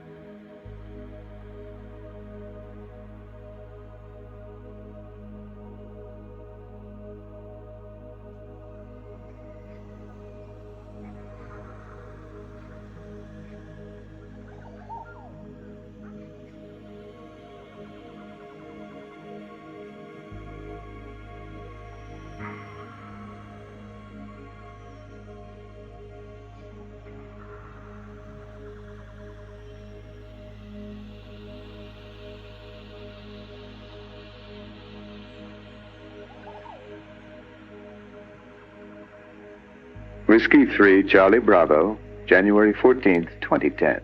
0642, 19 days now. If you're picking this up on any frequency between 6 and 8 megahertz, I'm going to leave this channel open for the next 10 minutes and listen. All right, nobody's answering, so I'm going to talk. I've been trying things, the things from the old stories, the ones you'd reach for if you were alone in a building listening to something scratch at your door every night. And you didn't have a gun and the only reference left in your head was a movie you saw when you were a kid. Garlic, crosses, a mirror propped against the wall. I crushed a full bulb of garlic and rubbed it into the doorframe and every windowsill in the apartment. And the smell filled the place so bad I couldn't sleep. And when the things outside came to the door at the same time, they always come. Around 2 hours after full dark, the garlic didn't slow them down by a second. Nothing. I nailed a wooden cross to the inside of the front door the next night because I thought, well, I don't know what I thought. I thought maybe the shape or the meaning behind it would matter to them the way it mattered in every story I'd ever heard about things that come out after dark and drink blood. Didn't change a thing. Mirror, same result. I know how this sounds. Garlic and crosses and mirrors. Like I've lost my mind sitting alone in a fourth-floor apartment, talking to a radio that nobody answers. And maybe I have. But when you're in the dark, and the things outside your door are pale and hairless, and they only come out after the sun goes down, and they feed on blood, the word your brain reaches for, the only word that fits what you're looking at, is vampire. If the word fits, you try the defenses. That's what I did. None of them worked. Except one.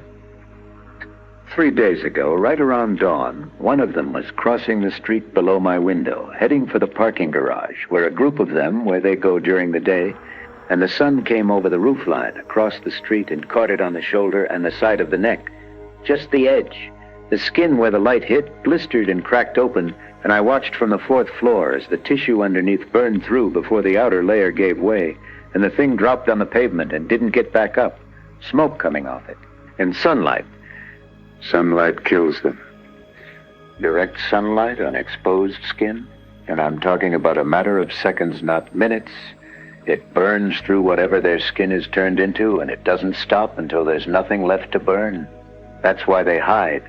That's why they only come out after dark. That's the one piece of the old vampire stories that turned out to be true. And if you're listening to this and you're still alive somewhere out there, your survival window is daylight and nothing else. Whiskey 3, Charlie Bravo, 0709, 19 days and counting, same frequency, same time tomorrow morning.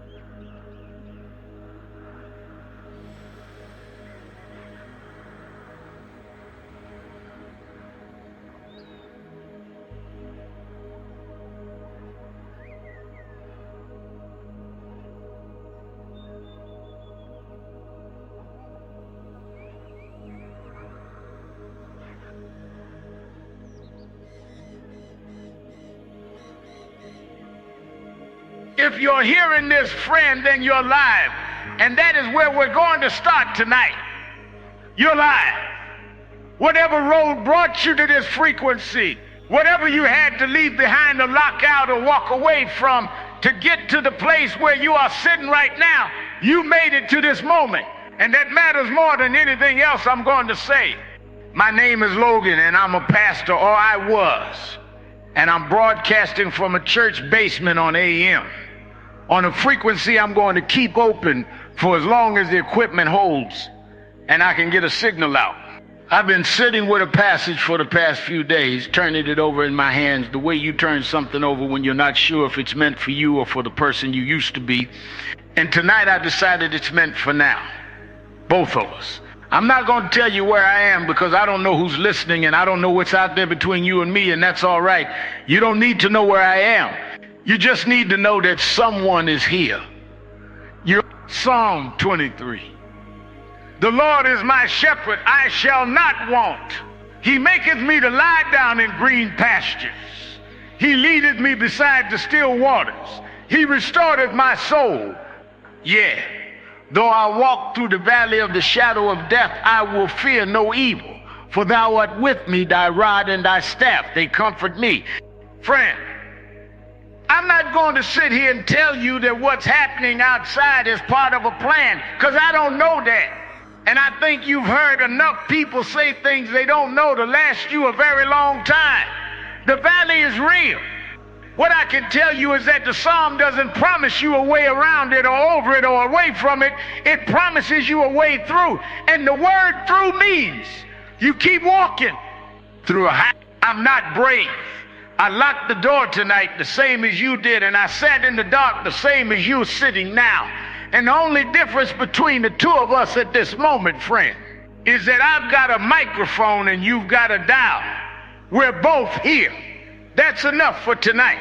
I'll be on this frequency again tomorrow night, same time, and the night after that, and the night after that, for as long as the batteries hold and the signal carries, and I've got breath to put behind it. You don't have to talk back. You don't have to do anything tonight except listen. And if that's all you can do right now, friend, if listening is the only thing left in you tonight, then that is enough. And I'll be here when you're ready for whatever comes after. Good night.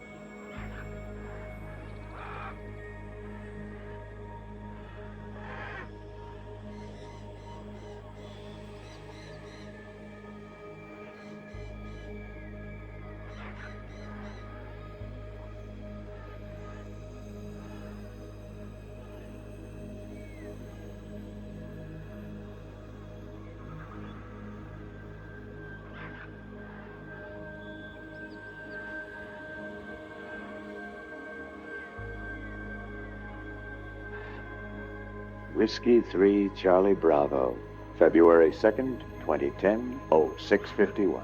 38 days since I've heard a live voice on any band I can reach from here. Still calling. Something's changed at night, and I want to get this on record. They used to hit the door. Just throw themselves at it. Hard, over and over. Like they didn't care if it broke as long as they were the ones who broke it. That stopped about a week ago. Now they're quiet. I can hear them on the other side of the wall, and they're not hitting anything. They're pulling, slow, like they're feeling for where things give. Running their hands along the edges of the barricade I built across the hallway, testing the spots where the boards don't sit flush. I checked this morning after they cleared out at dawn. One of the boards I nailed across the hallway frame, a 2x4, screwed in on both ends. It'd been pulled out about an inch on the left side. The screws still in the wood. They bent it. I've been pulling shelving out of the other apartments on this floor during the day, stacking it behind the barricade, adding weight. It helps. But I'm running out of apartments on this floor, and I can't go above or below without opening the stairwell door.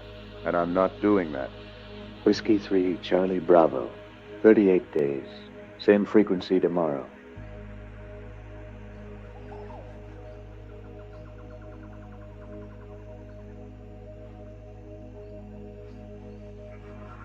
Whiskey 3 Charlie Bravo, February 19th, 0640. 55 days. Short one today. They found the seam where the door frame pulls away from the wall on the hinge side. I don't know when. Could have been working at it for days before I noticed. Because they're quiet about it. That's the thing. They don't make noise anymore when they're working. I only found it because the gap was wide enough this morning to fit my hand through. I spent the whole day on it. Pulled the door off one of the bedrooms, cut it down with a handsaw, wedged it in behind the frame, and braced it with everything heavy I could drag over. Refrigerator from 4C. The cast iron radiator I knocked loose with a pipe wrench. It'll hold tonight, probably tomorrow night too. After that, I don't know. I'm out of material on this floor, and the stairwell's not an option. They're in the stairwell. Whiskey 3 Charlie Bravo, 55 days. Same frequency tomorrow if I'm here.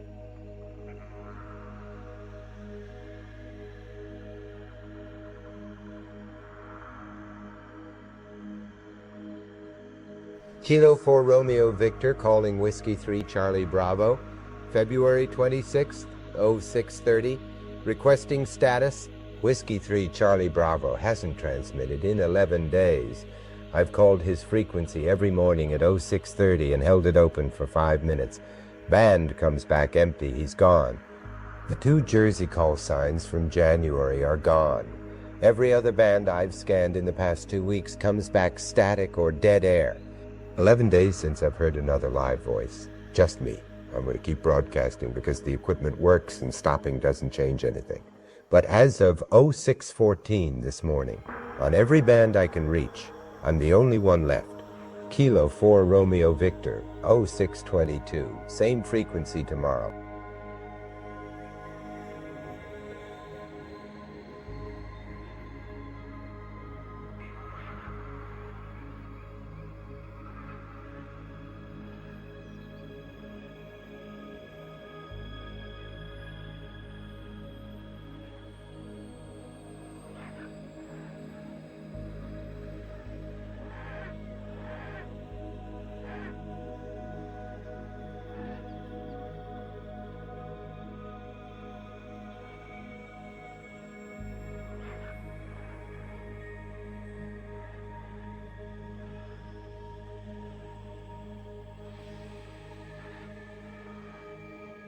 My name is Robert Neville.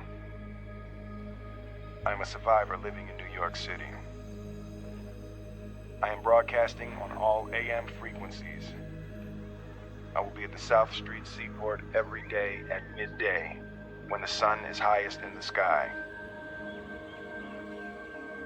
If you are out there, if anyone is out there, I can provide food.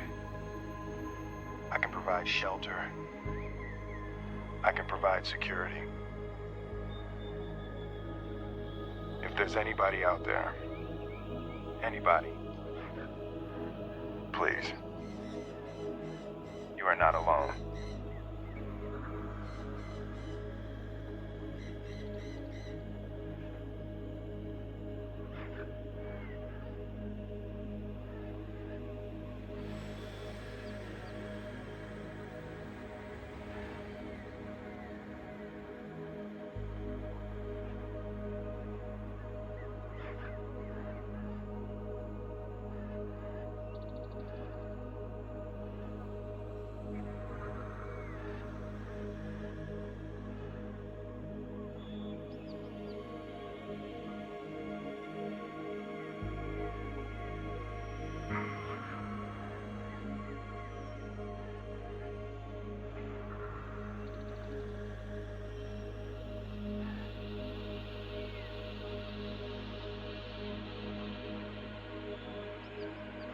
April 3rd, 2010, 0608, Kilo 4 Romeo Victor, transmitting from the 32nd floor of a residential building on the Upper West Side of Manhattan.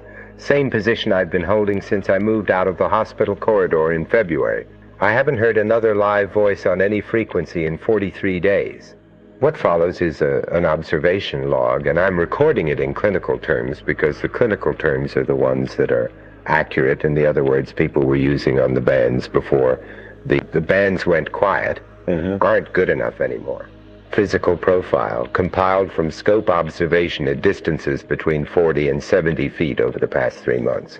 All of them hairless. Total body hair loss, scalp included, and the skin pigment is gone, replaced by a gray translucence that I haven't seen in any condition I treated in 7 years of working triage. Pupils are fixed open, fully dilated at all times, regardless of ambient light. The teeth have changed, the gum line is inflamed and pulled back, and the teeth themselves have narrowed and lengthened into something that doesn't look like human dentition anymore, closer to canine, which I can confirm through the scope when they feed UV exposure. I watched one of them catch direct sunlight on a rooftop 2 buildings east of my position 6 days ago, 0639 in the morning. The sun clearing the building line and hitting exposed skin on the left arm and shoulder. What happened took about 4 seconds. The skin blistered, split, and burned through from the inside, a thermal reaction under the surface layer that consumed the tissue before the outer layer gave way. It dropped and didn't get up, and there was smoke coming off what was left for another 10, no 12 seconds after it went down. I'm done calling them vampires. Behavior. Yesterday, 40 minutes before sunset, I watched a pack of 8 come out of the basement access at the north end of the block below me and hunt 3 deer that were grazing in the overgrown median of what used to be a 4-lane avenue, and they didn't take long. 9 seconds. They weren't running yet. They were crouched behind a delivery van at the corner, completely stilled, and every one of them was hyperventilating at a rate I'd put in the high 40s per minute, with visible tremor in the hands at rest. Not from exertion. They hadn't moved yet. That breathing rate and that tremor at rest, combined with the speed I watched them reach during the chase and the volume of tissue they consumed in the first 60 seconds after the kill, is consistent with one thing. And I ran the numbers twice this morning against what I remember from paramedic training to make sure I wasn't reaching. I think the adrenal system is locked open, permanent fight or flight, the glands forced into a state where they can't shut down. And if that's right, the metabolic cost of running that way puts the resting heart rate around 200 beats per minute with a sustained core temperature around 106 degrees. That's lethal range. They're not hunting because they're aggressive, or not only because they're aggressive, they're hunting because the body is consuming fuel at a rate it can't sustain without constant intake, and the hunger driving. This is mechanical, the engine burning through whatever it can reach. They're burning themselves out. There's a recorded signal on AM that I've been hearing every morning for the past 2 months. A man's voice on a loop saying he'll be at the South Street Seaport every day at noon. Food, shelter, security, and that you're not alone. I'm not going. A fixed location, a fixed time, broadcast on a frequency that anything with a radio could track. In a city full of things that learn and adapt and copy mechanical processes after watching them once. And I'm supposed to walk to a seaport at noon because a recording I can't verify told me to. Now, last item. The pack, the same 8 I watched take the deer yesterday, has left this building and come back to it twice in the past week, and both times I've seen the largest of them. The one that leads the hunts, stop at the east entrance on the way back in, and look up toward the upper floors, not scanning, looking. They may know I'm here. 804 Romeo Victor, 0631. Same frequency tomorrow.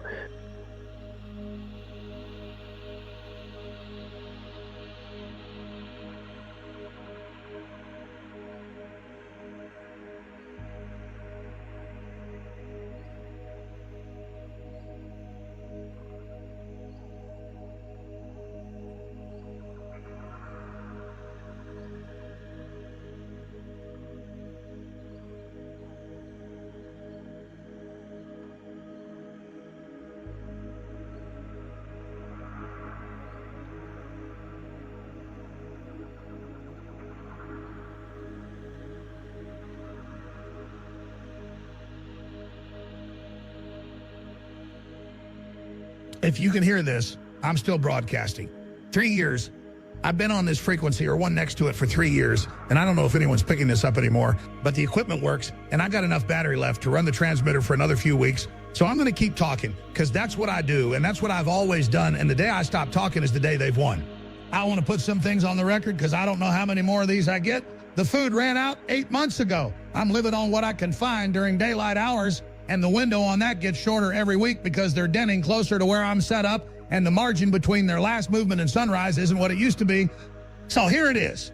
The Krippin trial was federally funded from day one. Your tax dollars, FDA fast track, the whole package. When it went wrong, when 5,000 people turned into something that bites and feeds and hunts in packs after dark, the government had a military perimeter up in 4 hours. 4 hours. I said that on this show 3 years ago, and I'll say it again now. You don't stand up a containment that fast on a surprise. They knew. They had the trucks loaded before the first patient turned. Then it went airborne, and the containment didn't matter anymore. I told you the containment didn't match the story. I told you they were treating a contact pathogen like an airborne one, and the reason was that they already knew it was going to go airborne, and they didn't tell you. And 90% of the world died breathing it in. 5 billion people gone. Because someone in a lab in Lower Manhattan played God with a virus, and someone in a building in Washington signed off on it. They blew the bridges with people on them. They shut down power grids across entire states and left people locked in facilities to starve in the dark. They sent military convoys into refugee camps overseas, not to treat people, to execute them, patients and medical staff together, and burn the tents. That's your government. That's what the chain of command looked like when the chain of command decided who was worth saving. And Krippin never answered for it. Not one word, not one press conference, not one public appearance from the day her patient started turning to the day the world ended. She called it her virus on national television, her trial, her work. The woman owned it when it was a miracle and vanished the second it became the worst thing that ever happened to the human race. Now I owe you one thing, and I'm going to say it. I told you the folklore would save you. Garlic on the door frames, mirrors on the walls, crosses, wooden stakes. I told you the old stories had the answers, and I was wrong about most of it. The garlic didn't do a thing. The mirrors didn't do a thing. The crosses, the stakes, none of it. People died doing what I told them to do, and I can't take that back. Sunlight, that's the only thing the stories got right. Direct sunlight kills them where they stand, burns through the skin in seconds, and that's been true from the first week, and it's true right now as I'm sitting here. One piece of the folklore out of everything I gave you, and it was the one piece the government could have confirmed and broadcast on every frequency they had, and they didn't, because by the time it mattered, they'd already pulled their people into the bunkers and shut the door. That's the record. Federally funded trial, 5 billion dead, a military that burned its own citizens and collapsed its own infrastructure to buy time for the people with clearance, and a scientist who smiled on the cover of a magazine and then disappeared while her work ate the world. If you're out there and you can hear this, light up the darkness. That's all I've got left. Light up the darkness.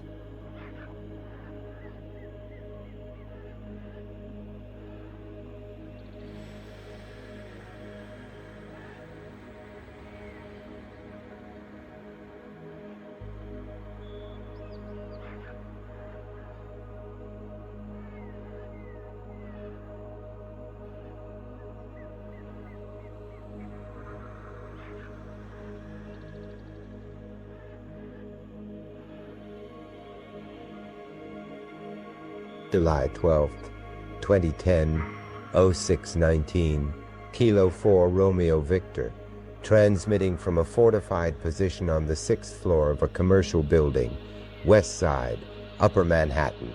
I moved again. The hospital corridor on 4 wasn't safe anymore after the Alpha started looking up at the upper floors, so I cleared this building during daylight over the course of 3 days, and I've been here since. I need to log something that happened over the past week, because the details are the kind that'll blur if I don't get them down. The Alpha built a trap, a mechanical cable snare, using salvaged wire and a counterweight made from a piece of concrete that he broke off a damaged wall with his hands and carried to the site. And I can't stress this enough. He carried it, pressure plate on the ground. Something steps on it. The wire closes around the ankle. The counterweight pulls the cable tight. I watched him build the whole thing through the scope from my window, start to finish, across 3 days. He didn't invent it. There was a snare trap near Washington Square. Same design, same mechanical principle, left by another survivor who's been gone for months, and I know it was there because I logged it as a landmark for my supply routes. The Alpha found it. He crouched next to it for the better part of an hour on the first morning, pulling the cable, triggering the mechanism, watching it reset, triggering it again. He didn't copy it that day. By the afternoon of the 3rd day, he'd built his own from scavenged materials. And it works. That isn't instinct. That's observation, retention across 3 days, and replication of a mechanical process using improvised components. And there isn't a category in anything I was trained in that accounts for it. Second thing, and this is the one I've been sitting with for 2 days trying to find the right way to say it. Yesterday morning, 6:15, I was at the window running my daily scope pass on the street when the Alpha came around the corner of the building across from me at ground level, stopped, turned, and looked directly at my window. Not at the building, not at the floor below me or the floor above, at my window. And I don't think he was scanning because his head didn't move. He held position for what I timed at 30 seconds, and then he turned and walked back the way he came. I sat still for 2 hours after that, not because I was afraid, but not only that, but because something about the way he looked at me changed how I'd been thinking about this, and I needed to sit with it before I could say it out loud. He didn't charge, he didn't call the pack. He looked at me the way I'd been looking at him through the scope for the past 4 months, like he was gathering information, and then he left. There are 600 of them in this part of the city. There's one of me. Think about it.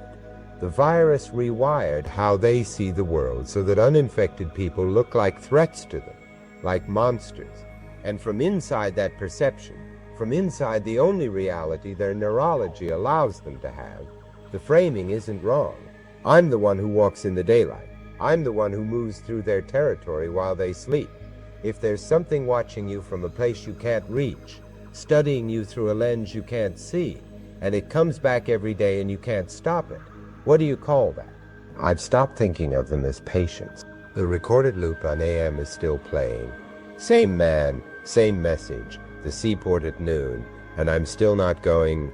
And the reason I'm not going is the same reason I started locking my door from the outside last week, in addition to from the inside, which is that the things in this city learn, and anything I do on a schedule or in a pattern they can observe is a piece of information I'm giving them for free.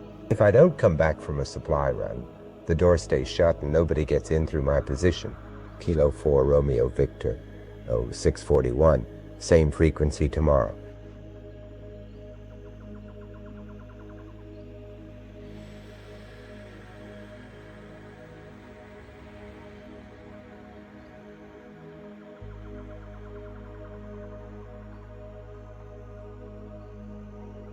My name is Robert Neville. I'm a survivor living in New York City. I am broadcasting on all AM frequencies. I will be at the South Street Seaport every day at midday, when the sun is highest in the sky. If you are out there, if anyone is out there, I can provide food, I can provide shelter, I can provide security. If there's anybody out there, anybody, please, you are not alone.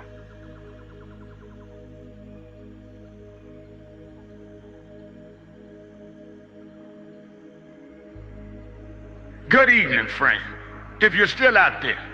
Yeah. If you've still got a radio and the batteries to run it and you haven't decided that listening is a waste of what little power you got left, then stay on this frequency for a few minutes. I've got something to say to the person who's made up their mind that God is dead. I've heard it on the bands when the bands were still alive, from people who called out for help and got nothing back.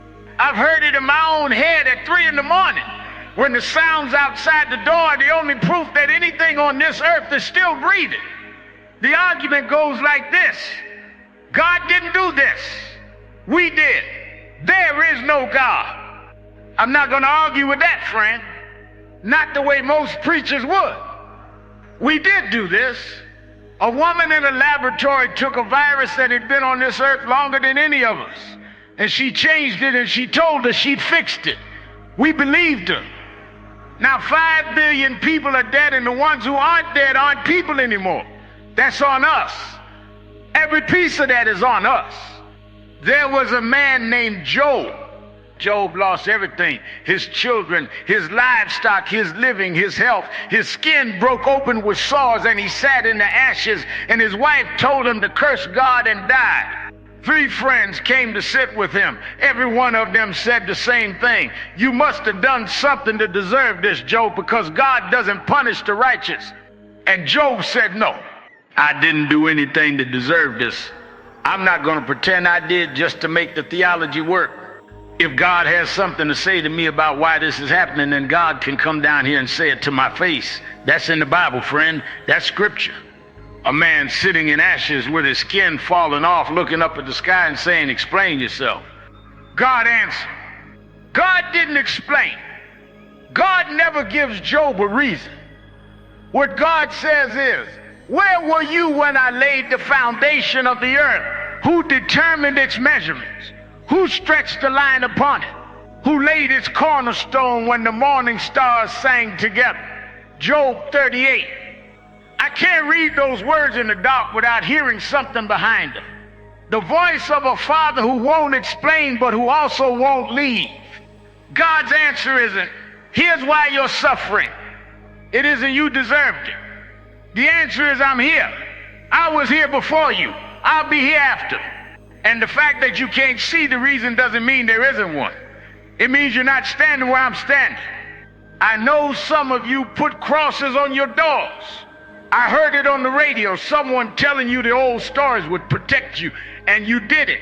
And the cross didn't stop what came through that door. I'm not going to tell you it should have. A cross on a door was never meant to be a lock, friend. It was meant to be a word. The same word Job said into the sky when there was nothing left. I can't tell you why a cure for cancer turned into the thing that killed the world. I won't insult you by pretending I can. Job's friends tried that, and the Bible says they were wrong. The man who screamed that God was closer to the truth than the three men who sat there making excuses for him. So if you're out there tonight and you've decided there's no God, I'm not going to tell you you're wrong. I'm going to tell you that the angriest man in the Bible, the man who lost everything and cursed the day he was born and demanded answers from the sky, that man didn't stop talking to God. He kept talking, and God showed up. Good night, friend. Keep talking.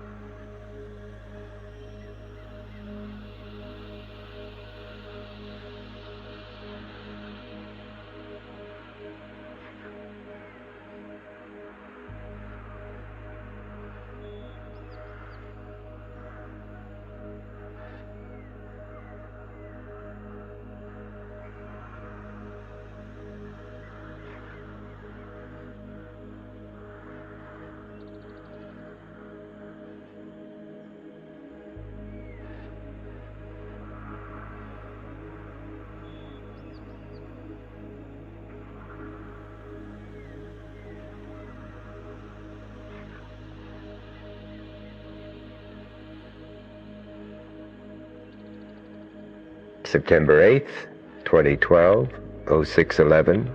Kilo 4 Romeo Victor transmitting on 7.035 megahertz, requesting any station. Kilo 4 Romeo Victor. This is November 7. Mike, receiving you clear on 7.035. Go ahead. I'm here. I've been broadcasting on this frequency and 4 others every morning for over 900 days, and you're the first voice that's come back. Copy. I'm a virologist transmitting from a fortified military installation in southern Vermont that's been operating as a survivor colony since the first winter after the outbreak. 302 confirmed immune residents behind a defended perimeter with power, water, and a working lab. You're the first news signal we've picked up on any monitored frequency in 14 months. 302 people. Confirmed immune. Where are you transmitting from? Manhattan, Upper West Side, 6th floor of a commercial building I've been holding for the past 4 months, with sightlines north and east and stairwell access blocked on 3 and 5. I've been in this city since the quarantine. You've been inside the quarantine zone for 3 years. It stopped being a quarantine a long time ago. The bridges are gone. What's on this island now is the infected, the wildlife that moved in after the people left, and me. Tell me about the wildlife.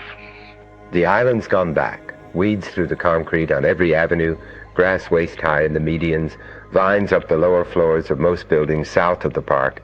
Deer, I've been watching herds of them graze on what used to be 4-lane streets since the first spring, and the population, by my count from the rooftop, has at least tripled. Lions, too, 3 of them working a territory around the south end of Central Park, and I'm guessing they came from the zoo because there's no other way big cats end up in Manhattan. Birds are normal. Whatever this virus did to mammals, it left the birds alone. That's consistent with what we've observed up here. The correct term would be selective zoonotic immunity, where certain species, including birds, deer, and felines, are completely unaffected by both the airborne and the contact vector, while others are vulnerable to one or both. Which brings me to something I need to warn you about. Dogs. Canines are immune to the airborne strain, the same way the deer and the birds are, which means they survived the initial atmospheric exposure, but they aren't immune to the contact strain. A bite, a scratch, any fluid transfer from an infected host, and the dog turns, not in 48 hours the way it works in humans, but in hours, sometimes less. hours. The turned dog presents with the same photosensitivity, the same aggression, the same total loss of higher function, and the infected hive structure uses them as hunting tools to flush immune survivors out of buildings at night. So if you've got dogs in your area that you've been treating as friendly, don't. I've seen dogs in the streets during daylight runs, but I haven't had contact with any of them. Noted. Good. Now I'm going to tell you why I answered your signal tonight. Because there's something we've been working on in the lab here that changes what this conversation is and what I'm about to ask you to do. We've been running vaccine trials for the past 2.5 years, using blood drawn from immune survivors in the colony. And 6 months ago, we arrived at a compound that reverses the mutation in animal models. In rats, it attacks the viral genome, stops the aggression, and begins to revert the physiological changes within hours of injection. I've run the trial across over 200 subjects, and the results are consistent. It works. It reverses the mutation. In rats, the problem is transferring the compound to a living human host that's running at the vital signs you documented in your earlier transmissions. 200 beats per minute, core temperature at 106 degrees. When you introduce the vaccine directly into that environment, the cardiovascular system, the correct term would be adrenal-driven, cascade failure. The system seizes. Every human subject we've tested has died within 4 minutes of direct injection at operating temperature. The cure kills the host. At operating temperature, yes.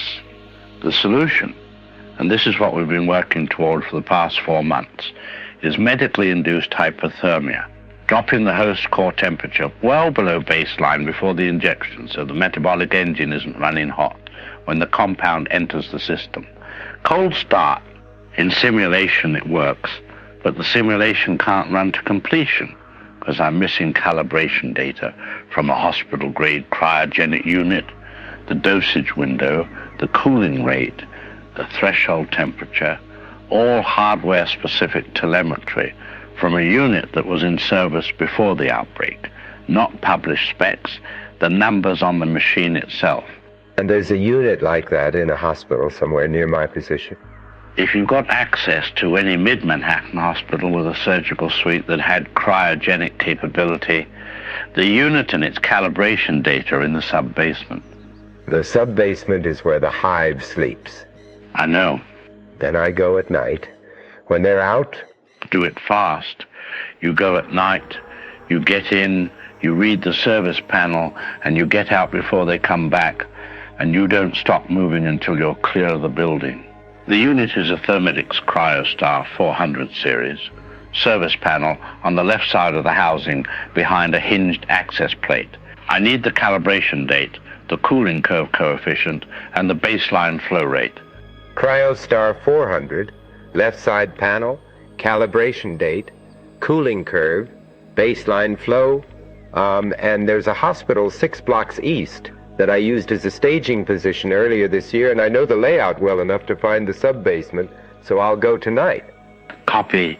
Kilo 4 Romeo Victor, I'll be on this frequency tomorrow at 0600 with the panel data.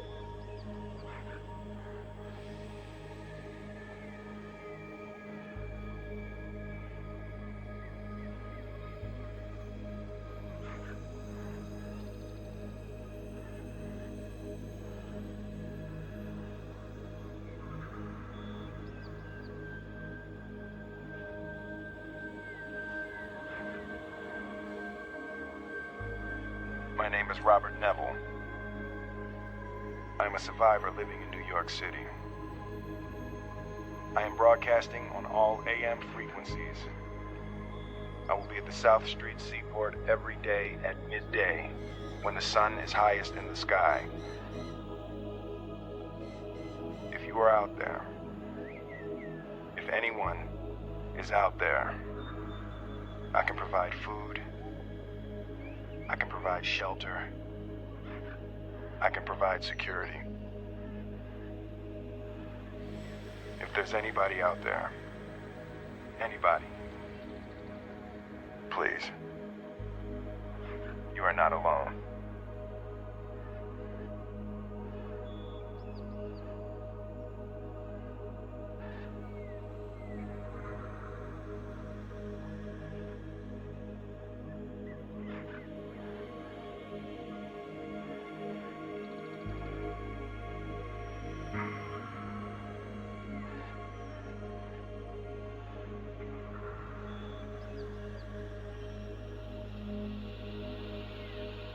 November 7.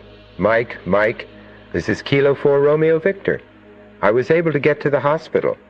On my way, I noticed the creatures attacking a building. I'm not sure what was inside, but they were all over it. At least it provided a distraction so I could get to the hospital. I have the panel data from the sub-basement unit, and my battery is at 11% and dropping. I'm going to read it straight through without stopping. And I need you to confirm receipt at the end because I do not have the charge to repeat any of it. Ready. The Medic's Cryo Star 400, serial TC-477219. Service panel date March 14th, 2009. Cooling curve coefficient 0.837. Baseline flow rate 4.2 liters per minute at standard operating pressure. Wait, I think they're coming back. Oh God. Vance, do you copy? Vance, we need the rest of the data. God, I hope it's just the battery.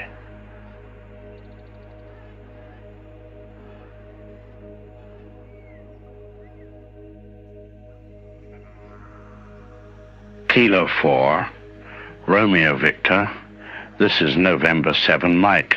Mike, please come in. It's been 2 days since the hospital. If you're there, please respond.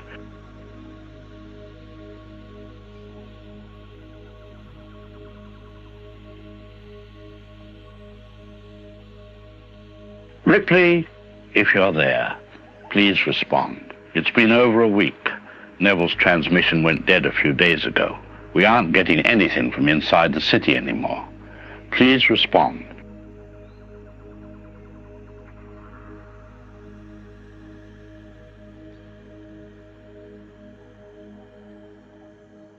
Ripley, if you can hear me, you need to hold on. A survivor just made it to the gates.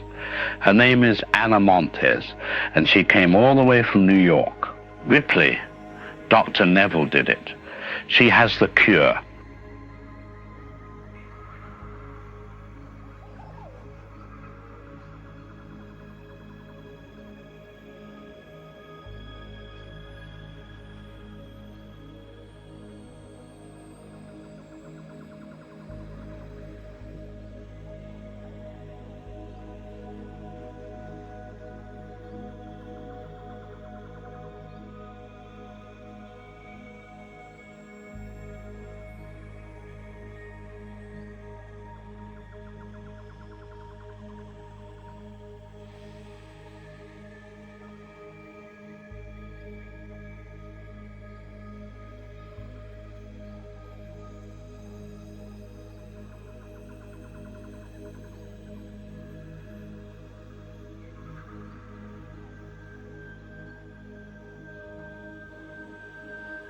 Good evening. This is Rick Eli. Some of you listening tonight will know that name, and some of you will not. That's fine. The last time I sat behind a broadcast desk was almost 4 years ago in a New York City building that no longer exists. I'm alive. I'm transmitting on an open frequency, and the broadcast you are about to hear is the reason I am talking tonight. What follows is a recorded statement directly from the Vermont Survivor Colony. It has been authorized for broadcast on all available frequencies. To any immune survivor receiving this transmission on any frequency, anywhere in the world, my name is Dr. Murphy McCready. I am the lead virologist at the Vermont Survivor Colony. This is a fortified installation in the northeastern United States, and we currently have 302 immune citizens living here safely. I am speaking to you tonight because our reality has just changed.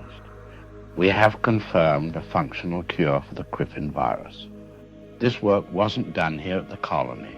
It was completed in the ruins of Manhattan by Dr. Robert Neville, A survivor named Ana Montes just arrived at our gates with a live sample of his work. It's a compound designated as GA series serum 391, or compound 6. We've analyzed the sample. The cure is viable. Anna brought us Neville's exact delivery method. When the serum is administered under controlled cryogenic conditions, the host body doesn't reject it. The mutation reverses, the aggression stops, the physiological changes begin to heal. I also need to acknowledge a man named Ripley Vance. Up until a few hours ago, we were trying to build our own delivery method. Ripley was another survivor in Manhattan, and he gave his life going into an overrun sub-basement to get us the cryogenic data we asked for. Even though it's Dr. Neville's vial that ultimately saved us, Ripley Vance died fighting for the exact same dawn. His mission didn't result in this specific cure, but he didn't die in vain. His name deserves to be a permanent part of this record. I want to be completely direct with you about what this means. It means the disease that killed over 5 billion people and mutated millions more is finally broken. We have an answer. The infected can be treated. We can reverse the mutation. That is a confirmed medical fact. But what this does not mean is that the old world is coming back tomorrow. The infrastructure that held our society together was destroyed. The cities, the governments, the supply chains, they are all gone. A single compound in a Vermont laboratory does not magically rebuild them, but it does give us a reason to start trying. We are assembling recovery teams right now. We will dispatch them to known survivor locations across the eastern seaboard as fast as we can. The first teams leave within the week. If you are in a secure position, hold that position, maintain a fixed broadcast schedule so we can find you. If you are mobile, our colony is accepting arrivals at the southern perimeter checkpoint. We will broadcast those coordinates every 6 hours starting tomorrow morning. You are not alone. You have not been forgotten. The work of rebuilding this world begins today. That was Dr. Murphy McReady speaking from the Vermont colony. I covered the original Krippin announcement 3 years ago. I said the word cure on camera that night without flinching. The woman sitting across from me had cured over 10,000 people of cancer, and the numbers spoke for themselves. Her virus did exactly what she promised it would do, until it did something else. Tonight, I am hearing that word again. It is coming from a different voice, on a different frequency, in a ruined world. I don't know what to do with it, except pass it along to you. You will have to decide what it is worth. This has been Rick Eli. I'm transmitting on an open frequency for the first time in almost 4 years. If you're alive out there, keep your radios on. The signal is coming. Let's light up the darkness.